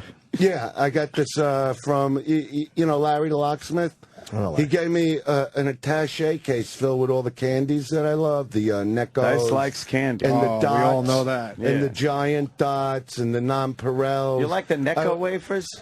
You like shitty candy. Yeah. The worst. You like shitty candy. Dots are a pain in the ass. Dots suck. They never. Half of it, you No, eat but he also paper had and shit. I'm not done. That with the candy necklaces. You like old school candy. That's Old horrible school. candy. What's your favorite make your candy? neck all Pixie sticky. sticks with the Good sugar. and plenty. Not Good and bad. plenty. Anything? Good No. and plenty Yeah. strong. You probably like Mary Jane. I like hot tamales. Hot tamales are very powerful. What about Mary Jane? The red hot dots. You know what fucking suck? Razzles were horrendous. I like a razzle. You like Razzles? I like a The razzle. Razzles are in the case. Are they? Is it a gum? What is Cigarette it? gum. Cigarette cigar gum. Uh-huh. Yeah, it's all good for my training. I want to kill my fucking friend. I go, all I talk about is training for this fucking special. Yeah. And he goes, well, I think it'll be good for you. It'll give you energy. Yeah. I go, no, a protein drink will give me fucking energy. Sure. This'll kill me. Sure. Have a box of Bad dots. enough from smoking fucking cigarettes as a training method. You're smoking nonstop, too, Cigarettes Dice. and dots. Which means You know what? so are we. I'm into it. Yeah? Yeah, we're not. You know, Yeah, I got nicotine gum going, and with Yeah. the cigarette, Oh, man. I'm nostalgic for cigarettes. I like sitting Yeah. around with the Mark, smoke a little what are bit. you doing in New York? I did a thing. I did a live podcast out in Brooklyn yesterday, and Oh, really? How'd that go? It was all right. There was a festival. There were drunk ladies who right when I come out, they're both like, yeah, and they're holding up drinks, pointing at them. Oh, I great. get it. You got a problem. Shut up. I don't mind when they get a little buzz. It's once they get fucking sloppy. It's horrible. And then they come up to you after like they helped you. Oh, the fucking We assholes. love you. We love you. That's why we ruined your show. And I love women. I just love. I don't like asshole women. Like I could deal with an asshole guy, but I can't deal with an asshole woman. Yeah. You know what I mean? Especially if they're half decent looking and then they're sloppy. Like when they go to the clubs and they're walking around without the fucking shoes on, with that dirty fucking feet. What How is many this times with did the that fucking, happen? yeah, shoes off. Thinking of her feet so dirty. What's her fucking gash gonna smell like, this fucking slob? But did that happen more than once with the shoes? What's with the shoes? All the time. Because I'm in Vegas a lot, so I go out a lot. Oh, so they come in their and sweatpants? you see these Yeah. fucking... They walk in all like, look at me, I'm the next Kardashian. Yeah. You don't I want to go, be the really? next Did you shoot your Kardashian. feature film yet? Then they take their That's shoes one off? thing that always got me about that girl. Kim? Kardashian? Yeah. Yeah. Because I like the show and everything, but I was always thinking, like, why'd she give up such a great film career?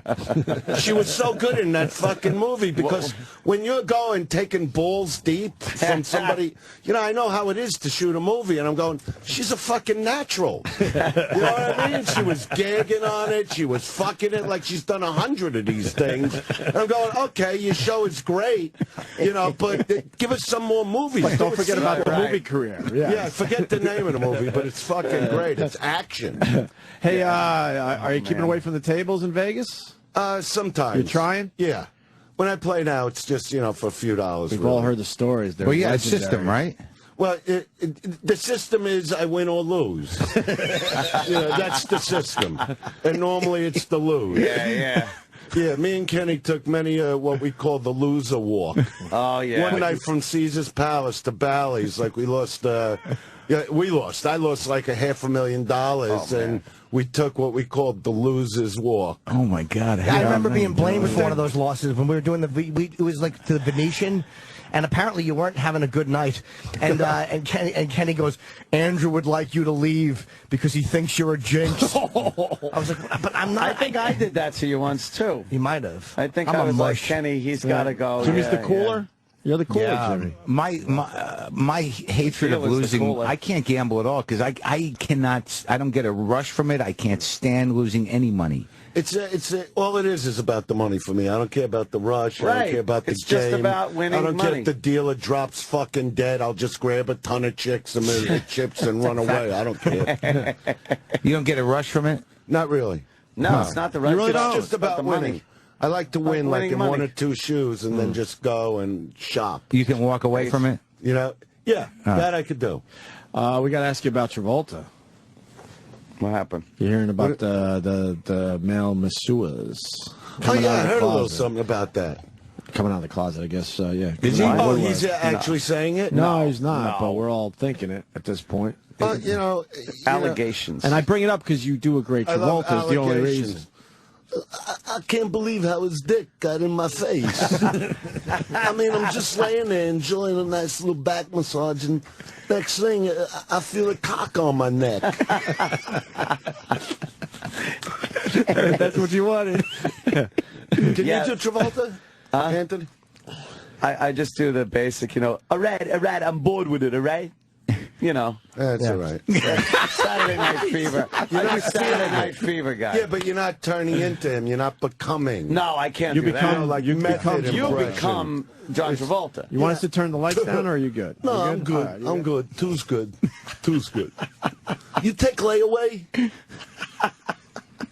See? He becomes Travolta. Yeah. I just... no, but I always love that. Who gives a fuck what he does? You don't care, right? Oh, no, what do I give a shit? I heard he was sucking Kanicki's dick. You heard that one, right? I never heard that one. I didn't hear any of this. They're saying he woke Kanicki up with a blowjob, and like when they were Jeff Conway woke what's up a better way to wake up than a born. blowjob? I was saying the same thing. Right. You know, for the first 10 minutes, you don't know who it is. Who cares? Right. Your eyes are still shut. You know, saliva in a tongue, saliva in a fucking tongue. What the fuck? And if that's what makes him happy, then so be it. Who gives a fuck? I like that. Dice isn't making any judgments on this thing. Of course not. No, Travolta is one of our greats, and then the media looks to knock him down. This shit was talked about 20 years ago. Who gives a fuck? Just quick question. Do we want the Game of Thrones guy for a few minutes today? Oh, when? You do Games of Thrones? We were on a roll. I'm just saying. I don't watch that show. We're doing an interview. This is a professional interview. You're supposed to be my friend. I am your friend. I love you. You're supposed to be my friend. Now, if possible. And now it's a whole stop. Now you're it's a whole to thing. some other guy. Your looks good, too. You lost a lot of weight. You want to do it? I unreal. can give up the mic here. No. I just got a text. Mark, what the fuck's going on now? But guy's got a sword, right? But was this in the news? We're good. We're good. Is this in the news with Johnny T? Yeah. It was some will or something, or a suicide note. Yeah, Conway's suicide note from 2006. From 2006 when he tried to off himself. Yeah. What did Roll say? Summer loving, had me a blast. Summer loving, got some boy ass. Yeah, see? See, I could make it a joke. That was beautiful. But leave the fucking guy alone. I'll leave the guy alone. Yeah, leave the guy alone. You like the Bee Gees? I can't. Oh, Yeah. that guy. He You died did too, right? Yeah, Robin Gibb. How many are left? There's only one Beach, right? One. They voted One, like right? "Staying Two. Alive" Two? is One? Three? the What? #1 Bee Gees song. Yeah, I agree. Yeah, I saw it on television last night. I don't know. I think that's Somebody the one said something. people know the most. Yeah. But I don't know if it's What about one of their old songs? You know No, that what song? they said with the Bee Gees, like that's what's always going to be remembered. What about You Should Be Dancing? I like the old What one. about it? That's a good You one, like the too. real old Dance one, like to it. Lonely Days, Lonely Nights? Yeah, I love that song. That shit's great. Love that song. Yeah. It's almost like Beatlesy. That's what we said earlier. Yeah. They had a little I'm Beatles not gonna feel like for this him for one a while. You just got done with the other No, one. I want to see how long I could go. Normally, I hold an unlit cigarette. How long are you back on them? For a year. Okay. Are you going to go back off? No, it gives you the energy. I gives you the rush. I got nicotine gum. Have a couple cigarettes, get on the treadmill. They yell at me in the gym, but I'm like, this is how I do it. I You used to smoke on the treadmill? Yeah, because they got them little cups for ashtrays. I think that's for They make fluid. treadmills great. That's for water. I use one And for your water Gatorade and one and for your little water one an for an ashtray. ashtray. Yeah, all right. Yeah, and they That always would get be mad. You can't smoke in here. hilarious.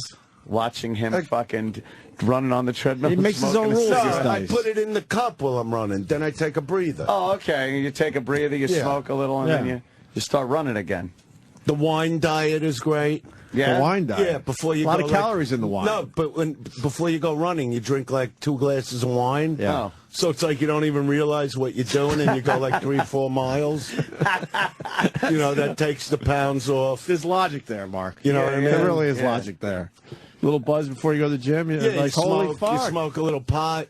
You know what I Dice, mean? What's up with this special? What's going on? The special's real exciting. I'm doing it in Boston. In Boston at the Wilbur Theater, that's a great August 24th. Great It's going to place. be. I call it my last special. I want it to be the most exciting really? special I ever did, and I've been going all over working the material. I pulled some of the old hits, but a lot of the newer. You know, there's so much new stuff with these fucking slobettes that are out there today. What, you're not digging the girls these days? What's that? I are got a out there? wife. Yeah, I know, but you can still But look. you can still look Oh, at them. yeah, I look at them and I see what fucking animals they are. You know, and you Who know, in particular? what do you mean?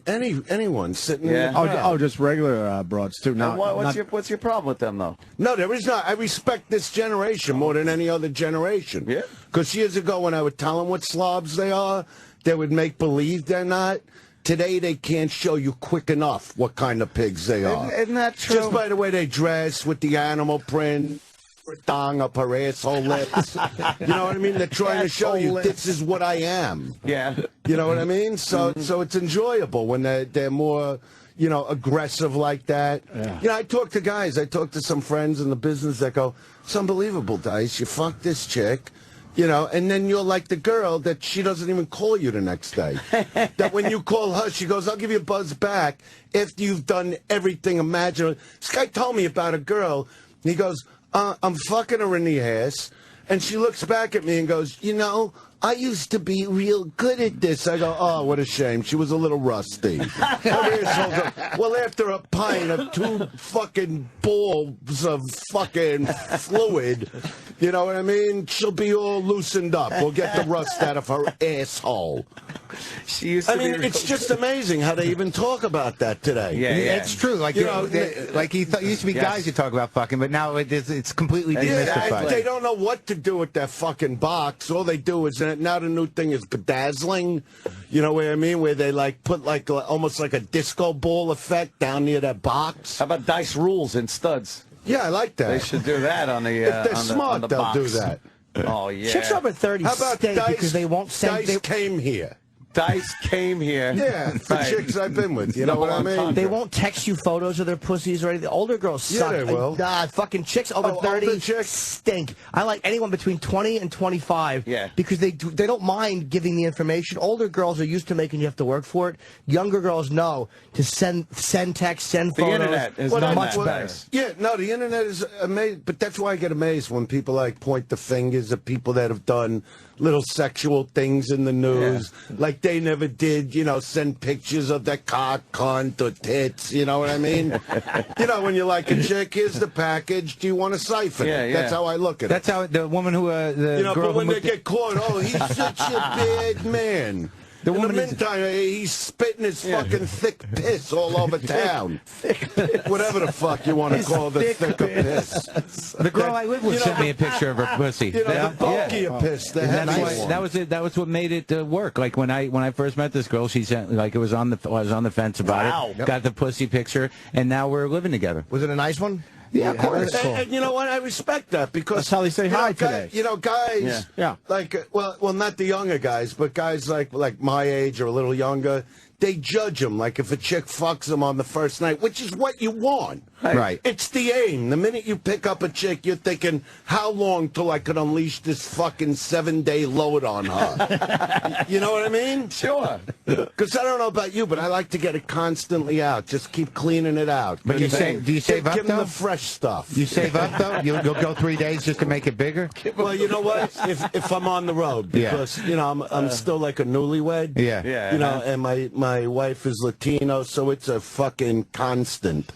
Are you kind of bummed, Dice, that you're missing out on all this pussy out there? Missing out? You see my wife? I know. You got a problem with my wife? Oh shit! Very nice girl. You got to come down on my wife. I didn't mean it like that at all. Shit. No, but that's what I'm saying. But I'm saying, you know what I mean? I don't like anybody calling her fucking names. But that's what you say. You know what I mean, Norton? She's a very nice girl. She's a nice girl. I understand. I picked what I wanted to pick. I got what I want, so that's where the loads go. In a different world. And that's it. Attacks are uncalled for. No, you know how I put it, Anthony? I'll put it to you this way. All right. Because, you walk around Manhattan, you see them all walking around. Exactly. Each one, they're just so desperate they can't show enough fucking, here's my tits, here's my fucking box lips, here's an imprint of my asshole against my jeans.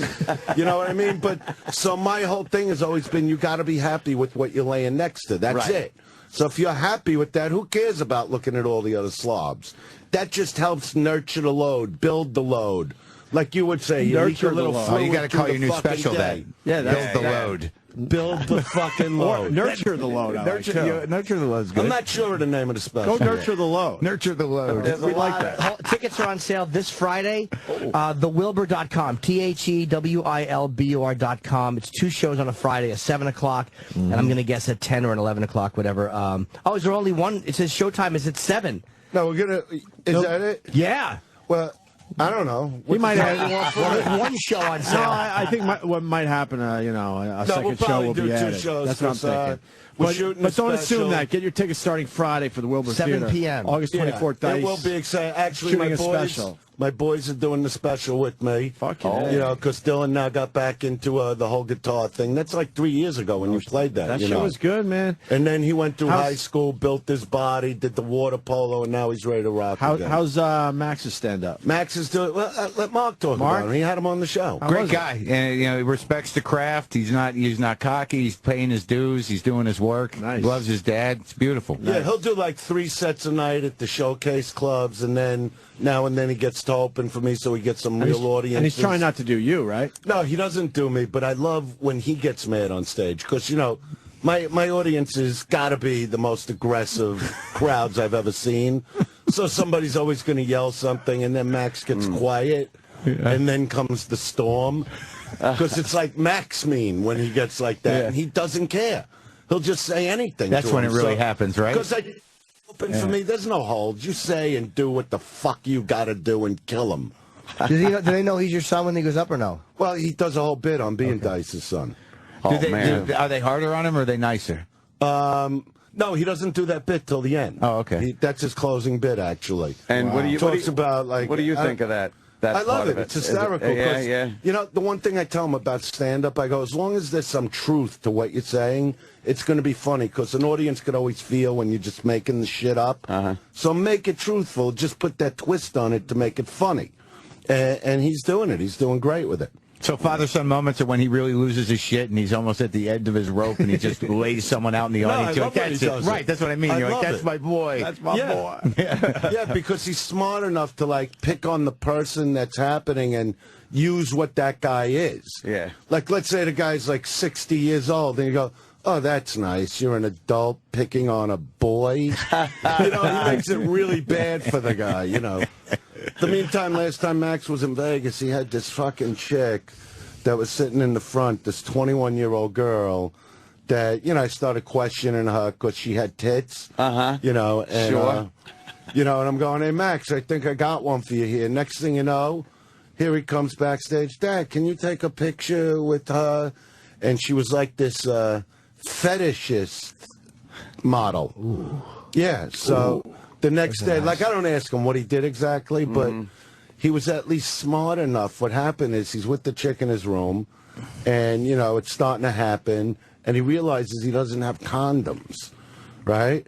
So he asks the girl, he goes, you got any on you? And she's like, no. He goes, but this is what you do. You know what I mean? You have a little package? So he knows if he leaves the room, it's over. Yeah. So he calls down to the front desk to get like a bellhop to go get him condoms. That's resourceful. Yeah, it was. And then God, the would I next never day do that. He goes, Dad, greatest night of my fucking life. Oh, man. Yeah, and I knew it would be. I would actually call the bellhop to have him remove the condoms from my room. I can't wear them. I get fucking wilts. Is that a new thing with you? No, since fucking 1985 I haven't been able to put one on. That's gambling.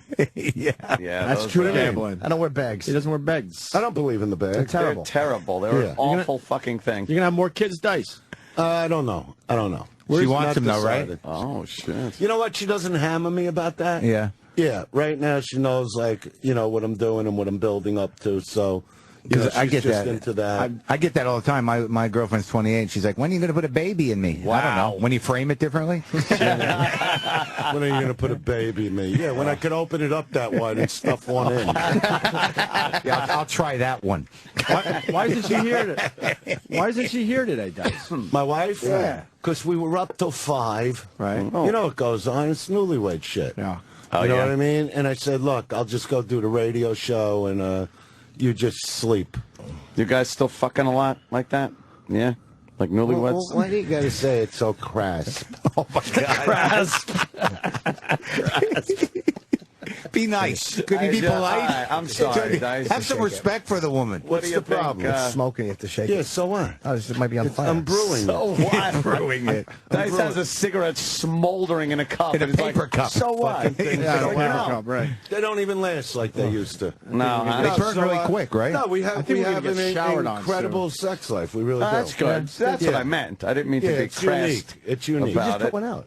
So what? What do You said you care? It's were. not You yours. said you weren't going to try I'm to. cutting back. I'm having the lights. Kenny, tell him, please. I forgot how it was to breathe. Did you used to smoke Marlboro Lights? Yeah, but Marlboro Lights are harder than these. Kenny brought up a great... I actually want to quit soon again. Did you just decide that?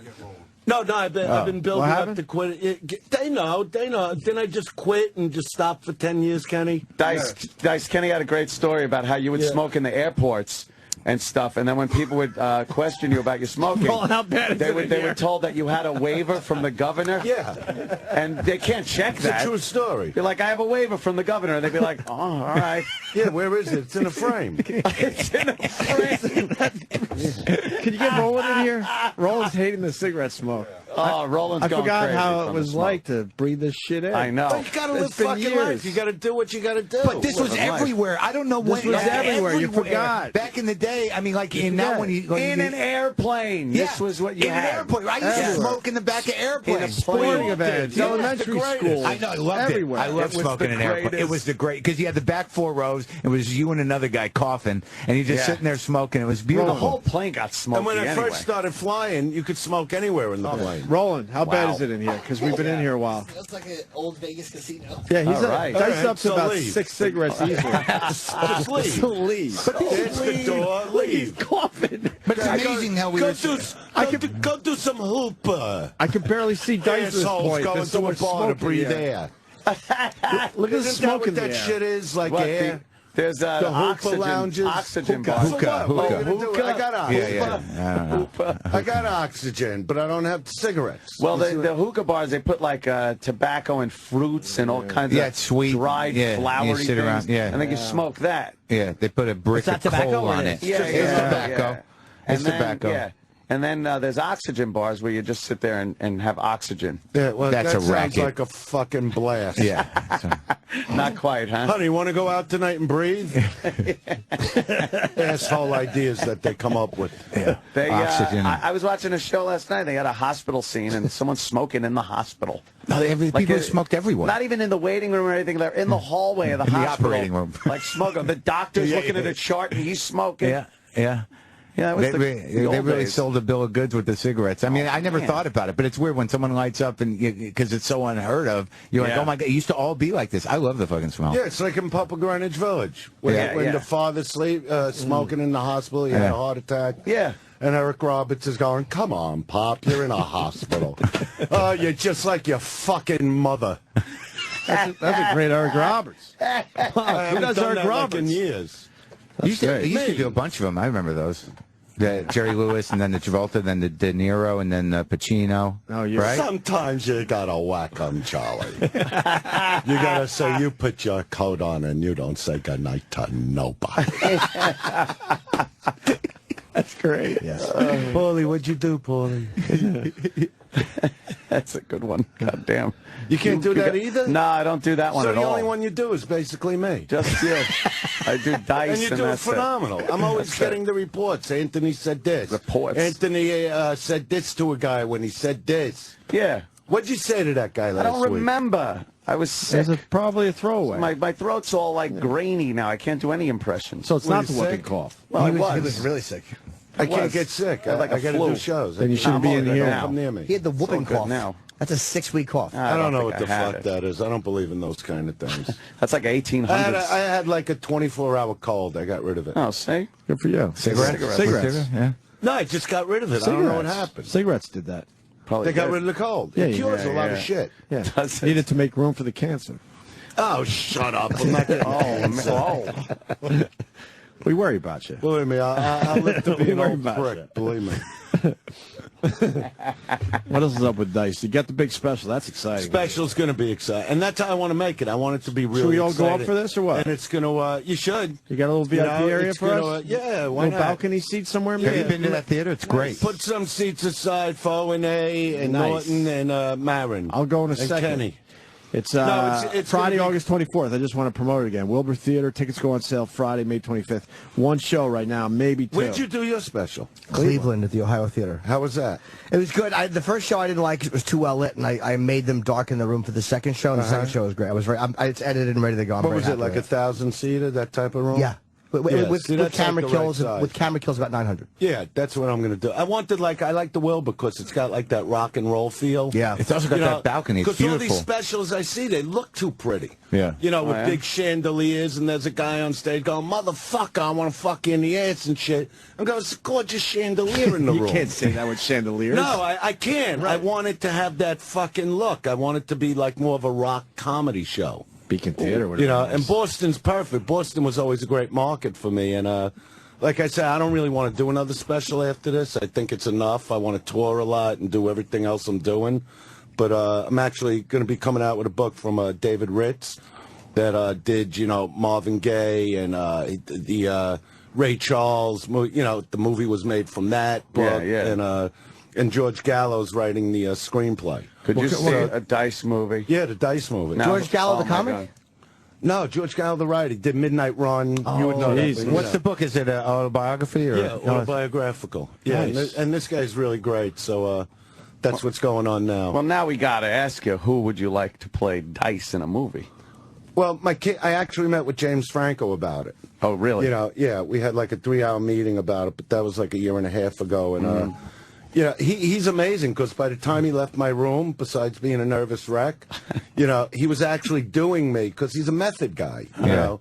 But he wasn't doing Dice; he was doing me, and I'm watching how he's moving it. It was like, yeah, really, And the guy's like, well, if I do this, we got to live together. I got to see everything you do. And, wow.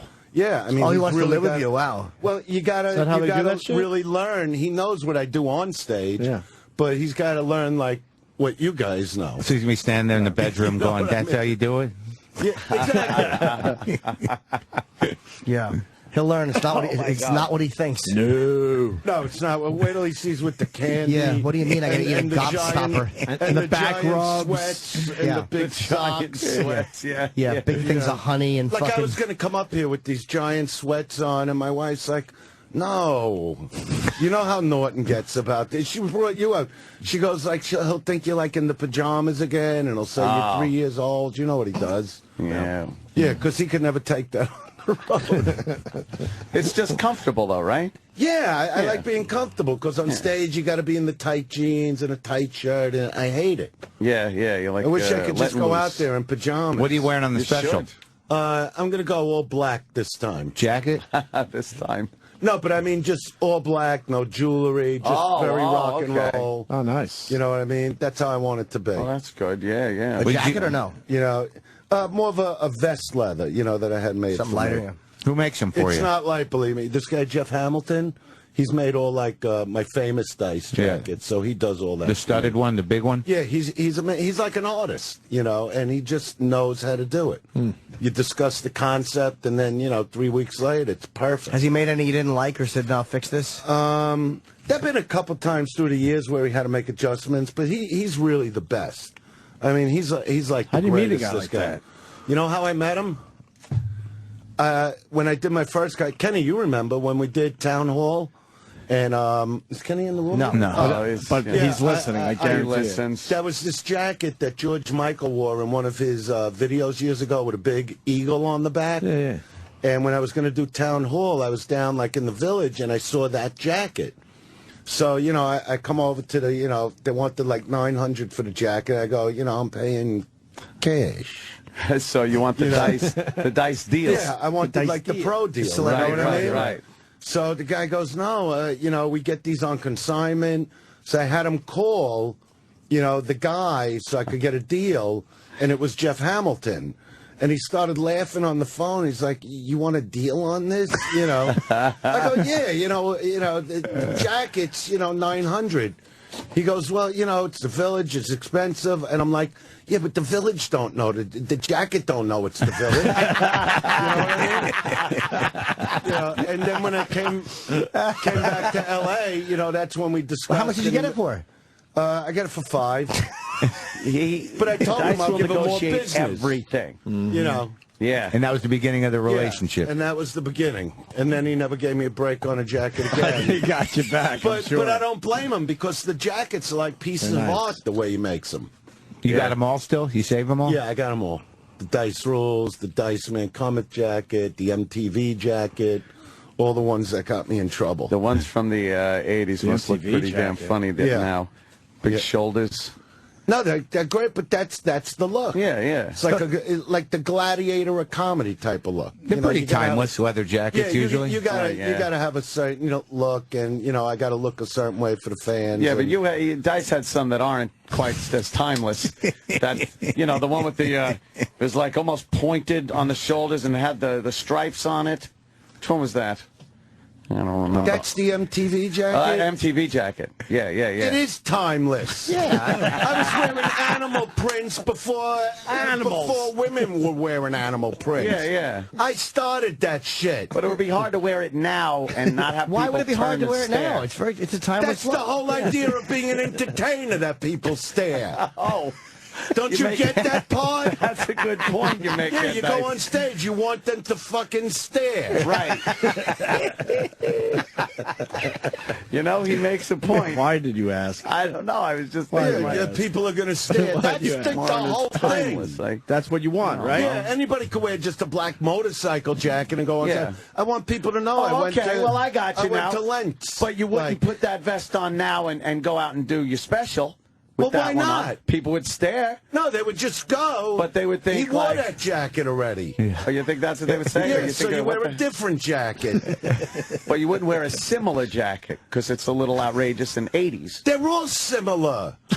And what do I care if it's 80s? What do I got to be, 2012? No, but you don't want to think 80s. You don't want people equating what you're doing to back then. You're doing something new now. Because of the material. Well, that's just it. But do you understand? But the first impression the material isn't the 80s. Well, maybe one or two bits. And, once I get into the newer shit, they're going, okay, he looks 80s. But he talks like from the 40s. Exactly. See, I was just thinking because the first impression would be like, oh, he's wearing that getup, maybe. Get up. Well, What do you mean get up? It's not a get up. Yeah, it was kind of it's a get up. stage clothing at the time. Was it kind of a get up? A little bit of a get up. What you get to wear to go to work? I know. Shit. Nobody even sees what you're fucking wearing. It's radio, though. Yeah. We're garbage. Yeah. Well, then get on the back of a garbage truck and start loading the fucking bags.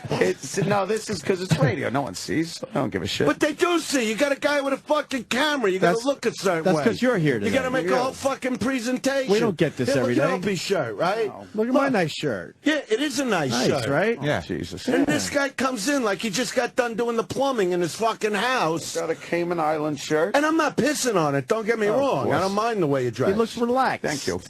Yeah, I'm relaxed. He's all relaxed. You know, if I was doing a radio show, I'd dress like that. Just like this. Yeah, exactly. Yeah, you don't have a jacket on today. So you got a big. No, I got a leather. Oh, you do? Oh, yeah. That should just bum around, my leather. friend. That's the casual leather? Built in. This is the rain leather.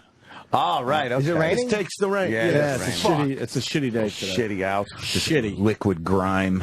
This is a day for eating, smoking, and banging. That's it, huh? Yeah. Where do you eat when you're in New York? In my room. Yeah. You like the room You get a big, we you get a we big go sandwich. places. You ain't getting go to the big sandwich place. Yeah. Hotel. You gotta hit the delis. Why don't we go to the Carnegie later? I never hear from you anymore. You gotta hit the, what do you mean? I never hear for I text guys every time I'm in L.A. Hey, I'm in town, and he's I never busy hear with the wife. You know what? You know I normally get in touch with you. This has been a really crazy week. It's a newlywed. I want to go I to started Carnegie. off with Westbury, then had to do this insane comedy club. Carnegie Deli awaits. And then the Bamboozle last night. What's that? The Rock Festival. I don't know. You guys are in the know. We had to sleep. This is a radio show. We had to sleep last night. Where was the Bamboozle? It's the biggest rock show in the country, that's all. Is it AC? Where is I went on before, at Asbury Park. I went on before the Bon Jovi show. Wow. Yeah, it was great. What's the Bamboozle? I don't know about it. Why are we out? I'm an idiot. You don't know what Bamboozle... Callers, call in and tell this fucking guy what Bamboozle is. Is Springsteen down there? Who the fuck knows? Do I live with him? The fuck do I care? I don't even know what he sings about anymore. Bon Jovi was down there, though. Who else? Bon Jovi. Who else did you see or know? Buck Cherry came to my show. Buck Cherry's all right. He's good. Some guys from this other fucking thing. Yeah. They're good. Another band. Is that the name of the band? I forgot the name of the band. But I go on a lot to the Buck Cherry Crazy Bitch song, you know. Mm-hmm. So we're like fans of each other type of thing. And now I'm going to do this. You like The Killers? Yeah. Yeah, I'm doing a video for them, an MTV video. Good for you. Yeah. They're actually redoing a song from Pretty in Pink. Which one? Who the fuck knows? Whatever it is. I'm in it, as long as I'm in it. Yeah, they're a great I'm trying to band, remember the so I songs wanna from do Pretty it. in Pink. I don't even remember Maybe the songs, Psychedelic but they Furs. do. No. It's, Oh, yeah. It's actually their next album. It's like the hit Psychedelic song Furs. from the next album. Good for you. Wilbur Theater. I want to keep promoting this. Yeah, Friday, Dad's August gonna 24th. Boston, I'm coming to get you. And tickets are on sale Friday. Hey, Friday or today? Friday. How do you know? It's right here. Who said that? On the sheet. Whoever typed this out. Who the fuck did that? Maybe they made a I typo. don't know. Oh, shit. Maybe they're Tickets are on sale today. Well, you can I don't try. know. You can man. try today, but definitely Friday. You can try today. Try today. Definitely Sure. Friday. Yeah, I guess if you call up and go, I want a dice ticket, they got it. Yeah, they'll have it. I bet. Showtime. Showtime is Yeah, putting this together. Showtime, New Year's Eve, it's going to air. New Year's Eve. That's when it airs. I'm going to have it air at 12:13 a.m. Why 13? Because it's 2013. Oh. So you get people, But why- you get people, I didn't catch you know, that. at New Year's, It kind of made sense. you know, Don't make sense. at New Year's when you Kinda do made that sense. New Year's suck off and you're sitting at the couch and you stick a head on your brick and pump it up and down. Then after you blow your tradition. load all over her, you just sit back and go, dice is coming on now. You got time. It's for like the midnight. warm up. It's like load one of the new year. It's perfect because Load one. by 12:10, I like that. Load one of the They new should year. name that like to a space shuttle or something. Load one. people hear the Zippo over the radio. Oh, he's smoking Do they? like a Yeah, let me motherfucker. see. How many Oh, cigarettes yeah. you up to? I like 5. Yeah, Still it's got crazy. it. Still got it. I've been smoking I nonstop. wasn't Yeah, even trying. Dice, I'm Foo like, Fighters I were can't down breathe. there. I can't breathe. The Foo Fighters were down there. Foo Fighters. I didn't were know there. that. Everybody was there. Everybody. Did you go on? There were 40,000 people. Yeah, that's Man. That's kind of Yeah. expensive. I How guess. long was your show? I did the shortest show I could. 4 hours and 15 No, I minutes. did like an hour. I did an hour. Regular set. That's short for you. You know. Was no, the not really. You know, I'm really sticking to really forming the set I'm going to do because I really want it just to annihilate the crowd from beginning to end. Mm-hmm. You know? Was it music crowd or were they there for you? No, they were there for me. That's good. They were there. And music crowd's tough. Sometimes. When they're just there for you. But I'm a rock and roll comic. I know, So I know. I bring to the table that kind of vibe. Did you curb the salty language? Oh, I got to tell you what was happening, though, because they let anybody in. So about 7 minutes into the show, I see, like, people getting up and leaving with children. Oh, shit. They were letting, like, 7-year-old kids in there. What kind of asshole parents bring their fucking kids to a dice show? You know, even if you like what I do, you know what I do. Why would you want your kid Get a to hear babysitter. this fucking filth, these asshole humans that have kids today? Fucking women are so dumb. They fucking have kids 3 weeks later. I want to go back to work. Yeah, and who's going to bring up the kid? Yeah. You know, their important job at the bake shop. You know what I mean? You know what I mean? Or in the library going, shh. That's real important instead of bringing up your kids, these fucking assholes. You know what? You know what I tell women? You know, if it's going to come out of your twat, fucking bring it up. If not, just keep sucking fucking dick. If you want to be in the library going, shush, assholes. They want kids almost like it's a possession. There's some weird logic in that. There's great logic in it, you know? They're yelling at the husbands, you got to stay home. I fucking work. I take care of us. I put a roof over our head. Yeah. What do? Bake lemon poppy seed muffins? Fucking moron. Diaper the kid. Diaper the kid. Let me tell you something about my kids. You never I didn't even diapered. talk to them till they were 2.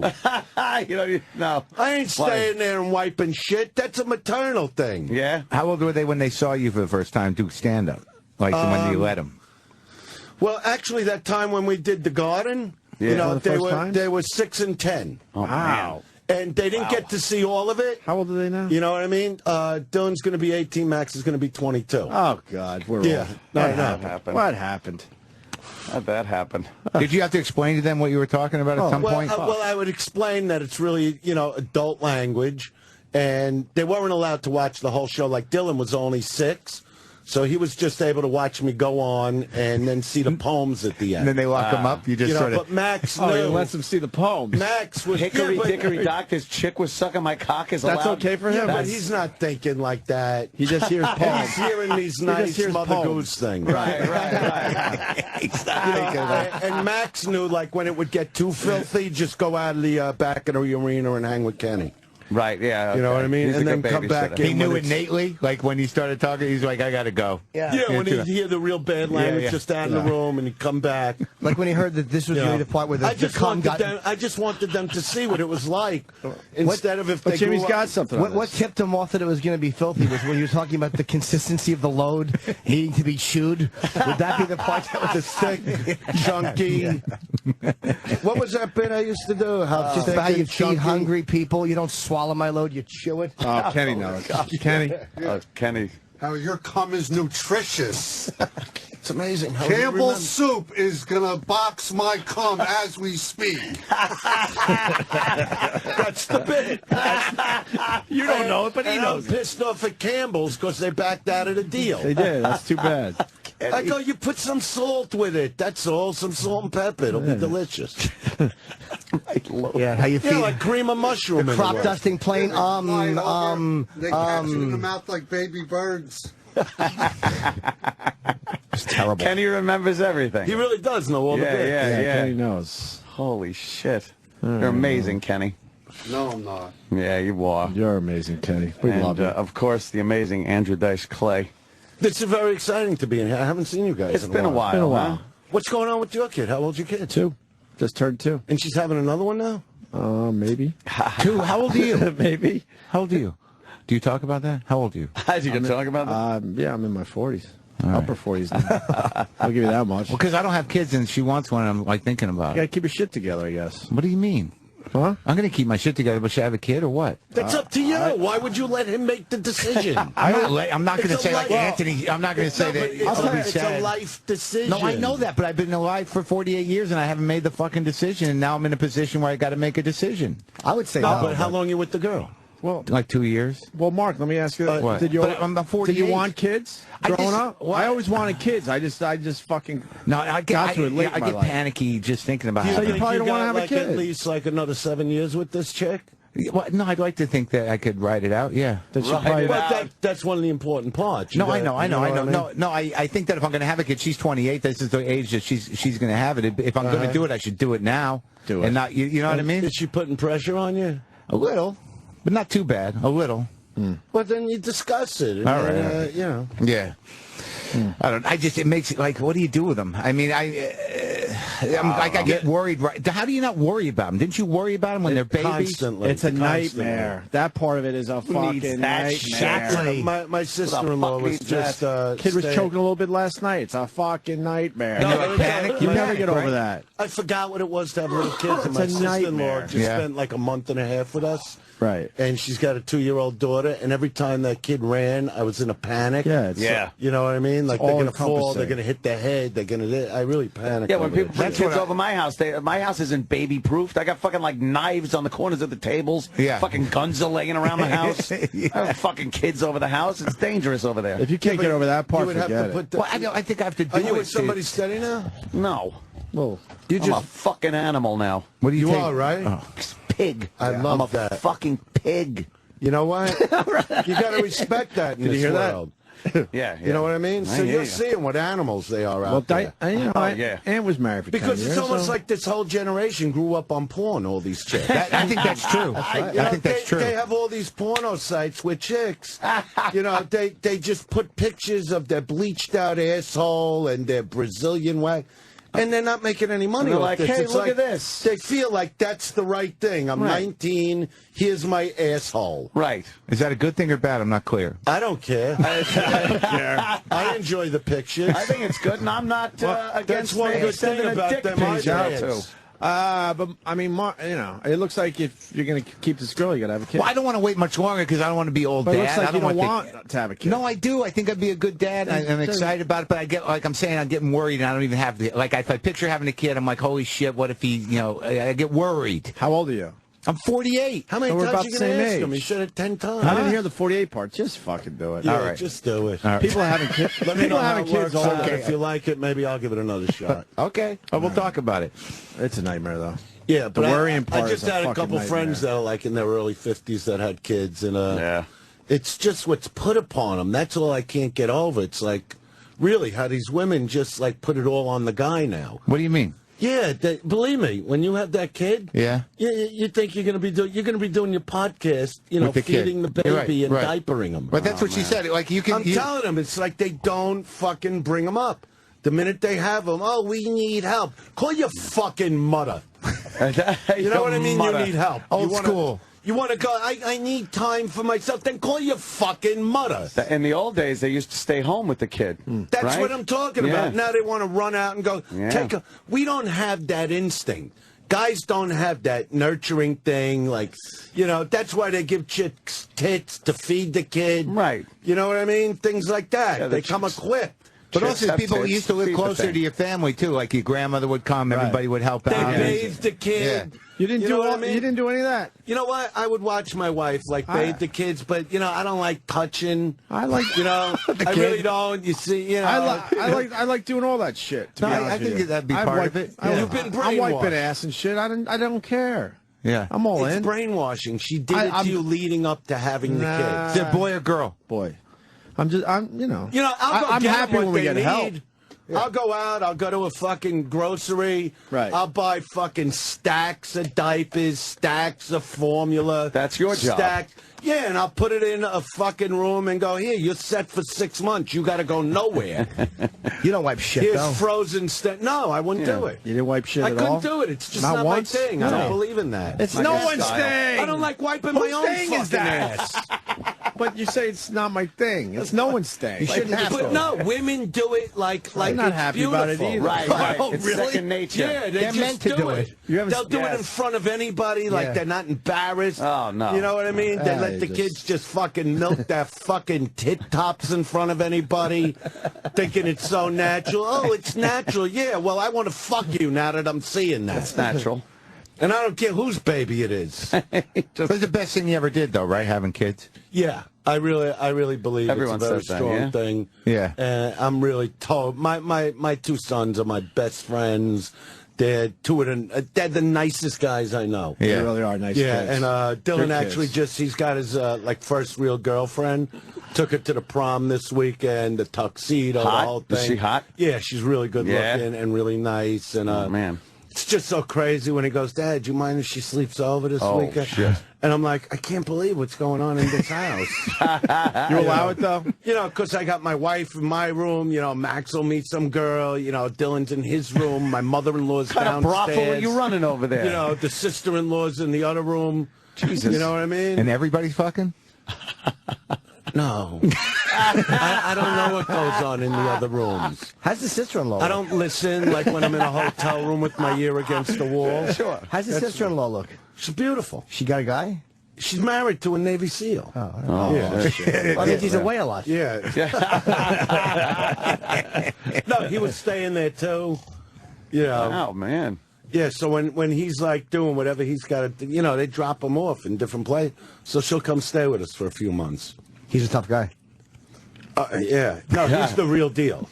Yeah, He's huh? doing it a long time. Yeah. Yeah. Yeah, he tells me certain stories that I go, I can't hear that. Oh, man. You know, wanna because it hear means nothing to him. Yeah. You know, and he's like, when I look at that guy, I go, he's the reason you don't fuck with anybody in the street. Because to 'Cause you look at don't him, know, yeah. no, he's got the friendliest face. You know, you can see he's in great shape, but he's the type of guy, if you bumped into some asshole would bump into him, go, you got a fucking problem? Yeah. And then he could take him apart in any 200 ways. And then he's holding an eye. But, you know, Yeah. they don't just do that. You know, he would never hurt Yeah, anybody yeah. unless, you know, somebody physically attacked them. Sure. But they go on the secret missions, right? They got yeah. like stuff no one knows about. It's like I want to tell you stuff that I can't even tell you. Right. Right. You know, that he would go, why did you talk about that? Yeah, You know? now you have to die. He's done some of the... talking code. like numbers? Give us one story, but talking code. Give us a code. So he was supposed to do this 3 mission with these... numbers? Like 8 other guys. Yeah, a lot of numbers. And then 0. And then 0 happened. That sounds No, crazy. I'm not saying 0 happened. 0 means someone had to be taken out, and now he's 0. Something like that, right? Yeah. Something went down. Yeah, like look at this. He could be over here now. Look what's going on here. Oh, that's Chicago. Chicago. They're going crazy over there. Well, you know, that looks like my audience the other night. Yeah, what the fuck is going on over there? They're having a NATO summit, and some protesters showed up to hold up signs that, you know, say stop war, and then they riot, and the Chicago police well, let gotta them come go out over there and with stop their dumb it then. checkerboard Purina hats. You know, it's like these assholes that stand in front of a grocery with a clipboard. Like, nobody ever gets the clipboard doesn't fucking work. You ever notice that? Like, when you go in, there's always some asshole asking questions. Something from you. Are you a registered voter? I go, I don't even know what you're talking about. And I just walk in. I'll tell you one thing. Greenpeace hires the cutest girls to do that on the street. Oh, really? It's unbelievable. It's unbelievable. We Like, don't see that here. It's smart because it makes you stop. No, of course it makes you stop. Yeah. You remember Greenpeace? No, but what are you doing? Yeah, exactly. Yeah, wow. Yeah. That's what they do. I think we're wrapping Look We're at that. wrapping up already? Wow, yeah, man. Mr. Dice. So we got You can come back, though. we got to take a I hike. gotta and do leave your town. thing. I want to go to When are you Carnegie. leaving? The planes go in the rain? Yeah, a little sometimes. bit, A little bit. LaGuardia or Plane, yeah. JFK? LaGuardia, you never get out. JFK, you'll get out. Okay. Yeah. The Wow, planes you're going on the to rain. Carnegie, huh? No, do they? Maybe. I mean, Yes. I haven't been there in a long Why time. you get mad at me? I'm not mad at you. I'm I'm not just a plane driver. I know you're not a plane driver. You know, these guys got to be able to see, you know, or else they can't see. Like, you know, I guess they got it down, like where they got to go. And Yeah, it's like with the clouds, you got to look for like an open pocket and go, there it is. I think they got that down this day and age. I never figured that out. I'm Yeah. not a plane driver. They You know, don't go because they right got through the the mud cloud. flaps over there. Yeah.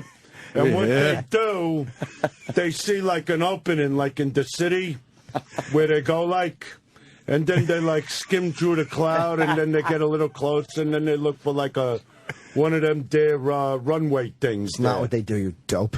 All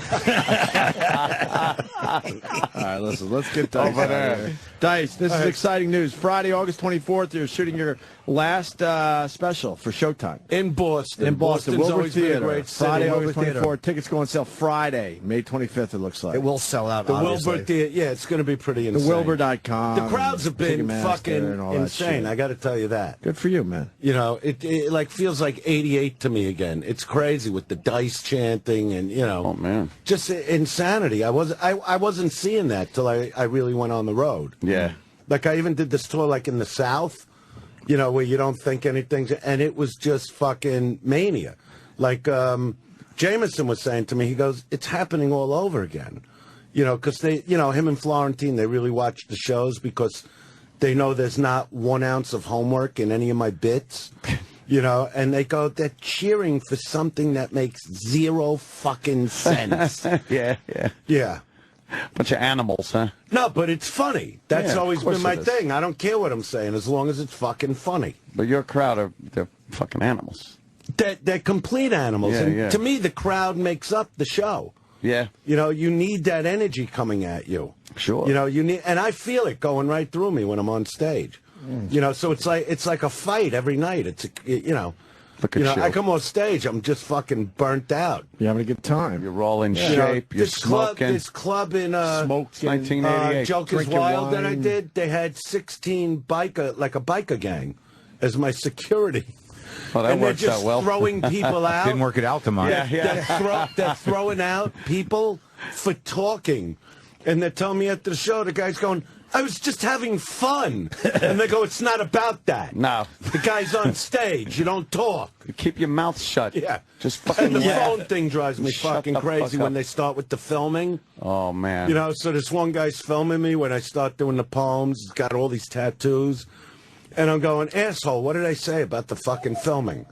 You're a fucking..." And he's just holding the camera, Why right? are you doing it? And then I start doing like some of the you know, awful jokes, like I fucked your mother in the ass and she had you type of thing. Sure. You know, and all of a sudden the camera moves and he's looking at me. I go, "No, keep filming. You want to film? Let me tell you what I think. You're the part of the load that dripped down your mother's fucking leg, you cocksucker." And then he's like looking at me. I go, "No, keep filming. You wanted a piece of tape." And then here comes this giant fucking guy, like a mountain, and just picks him up and they just throw him through Removes the fucking him. door. You're Yeah, good. he removed him with the chair. Just fucking, why not have the memory in your head? Yeah. You know, This is actually what he watch was it. doing. Look at. Oh. No, I don't care if you do Opie's it. I know filming. you. We have a. I don't care if Do you I just know you? come film me right I in know the face. you. But when you're doing a show, it's like I was people don't know how to have a good fucking I time. was taking a picture for Twitter. No, do whatever you want. Here. You and Mark Maron. Are you on the Twitter? You on the Twitter, Dice? You and Mark Maron. Let's do this for the Tweet me. Twitter. There it is. Nice. Yeah. What a Oh, no, great it's picture. blurry. Wait. One more. All right, wait, look Well, how stop far away- moving. 1, 2. There he goes, me. Yeah. Yeah, that works. I'm the idiot with headphones. See, now on. I tweet that Oh, shit. well. Yeah, you got to tweet. People got to also go to the Real Dice Clay because I'm having a contest. What's the contest? You know, so they got to tweet me on the Real Dice Clay. It's I can't do doesn't the know the contest contest. here. It's only when I do it live. All right, then You just know. join, follow you on Yeah, they Twitter, should and then follow they'll me on figure the out Real the Dice contest. Clay. I do a lot of All right, contests. the Real Dice Clay, Mark Maron, of course.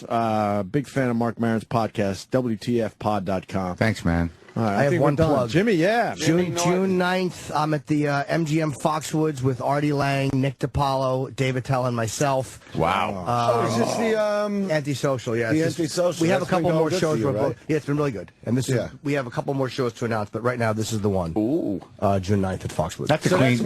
that's been going for a while. Yeah, we did. I remember when you were at the Palms in Vegas. We stopped. You brought it there. And then we stopped and we started again. Okay, Different cool. lineup. Clean show, right?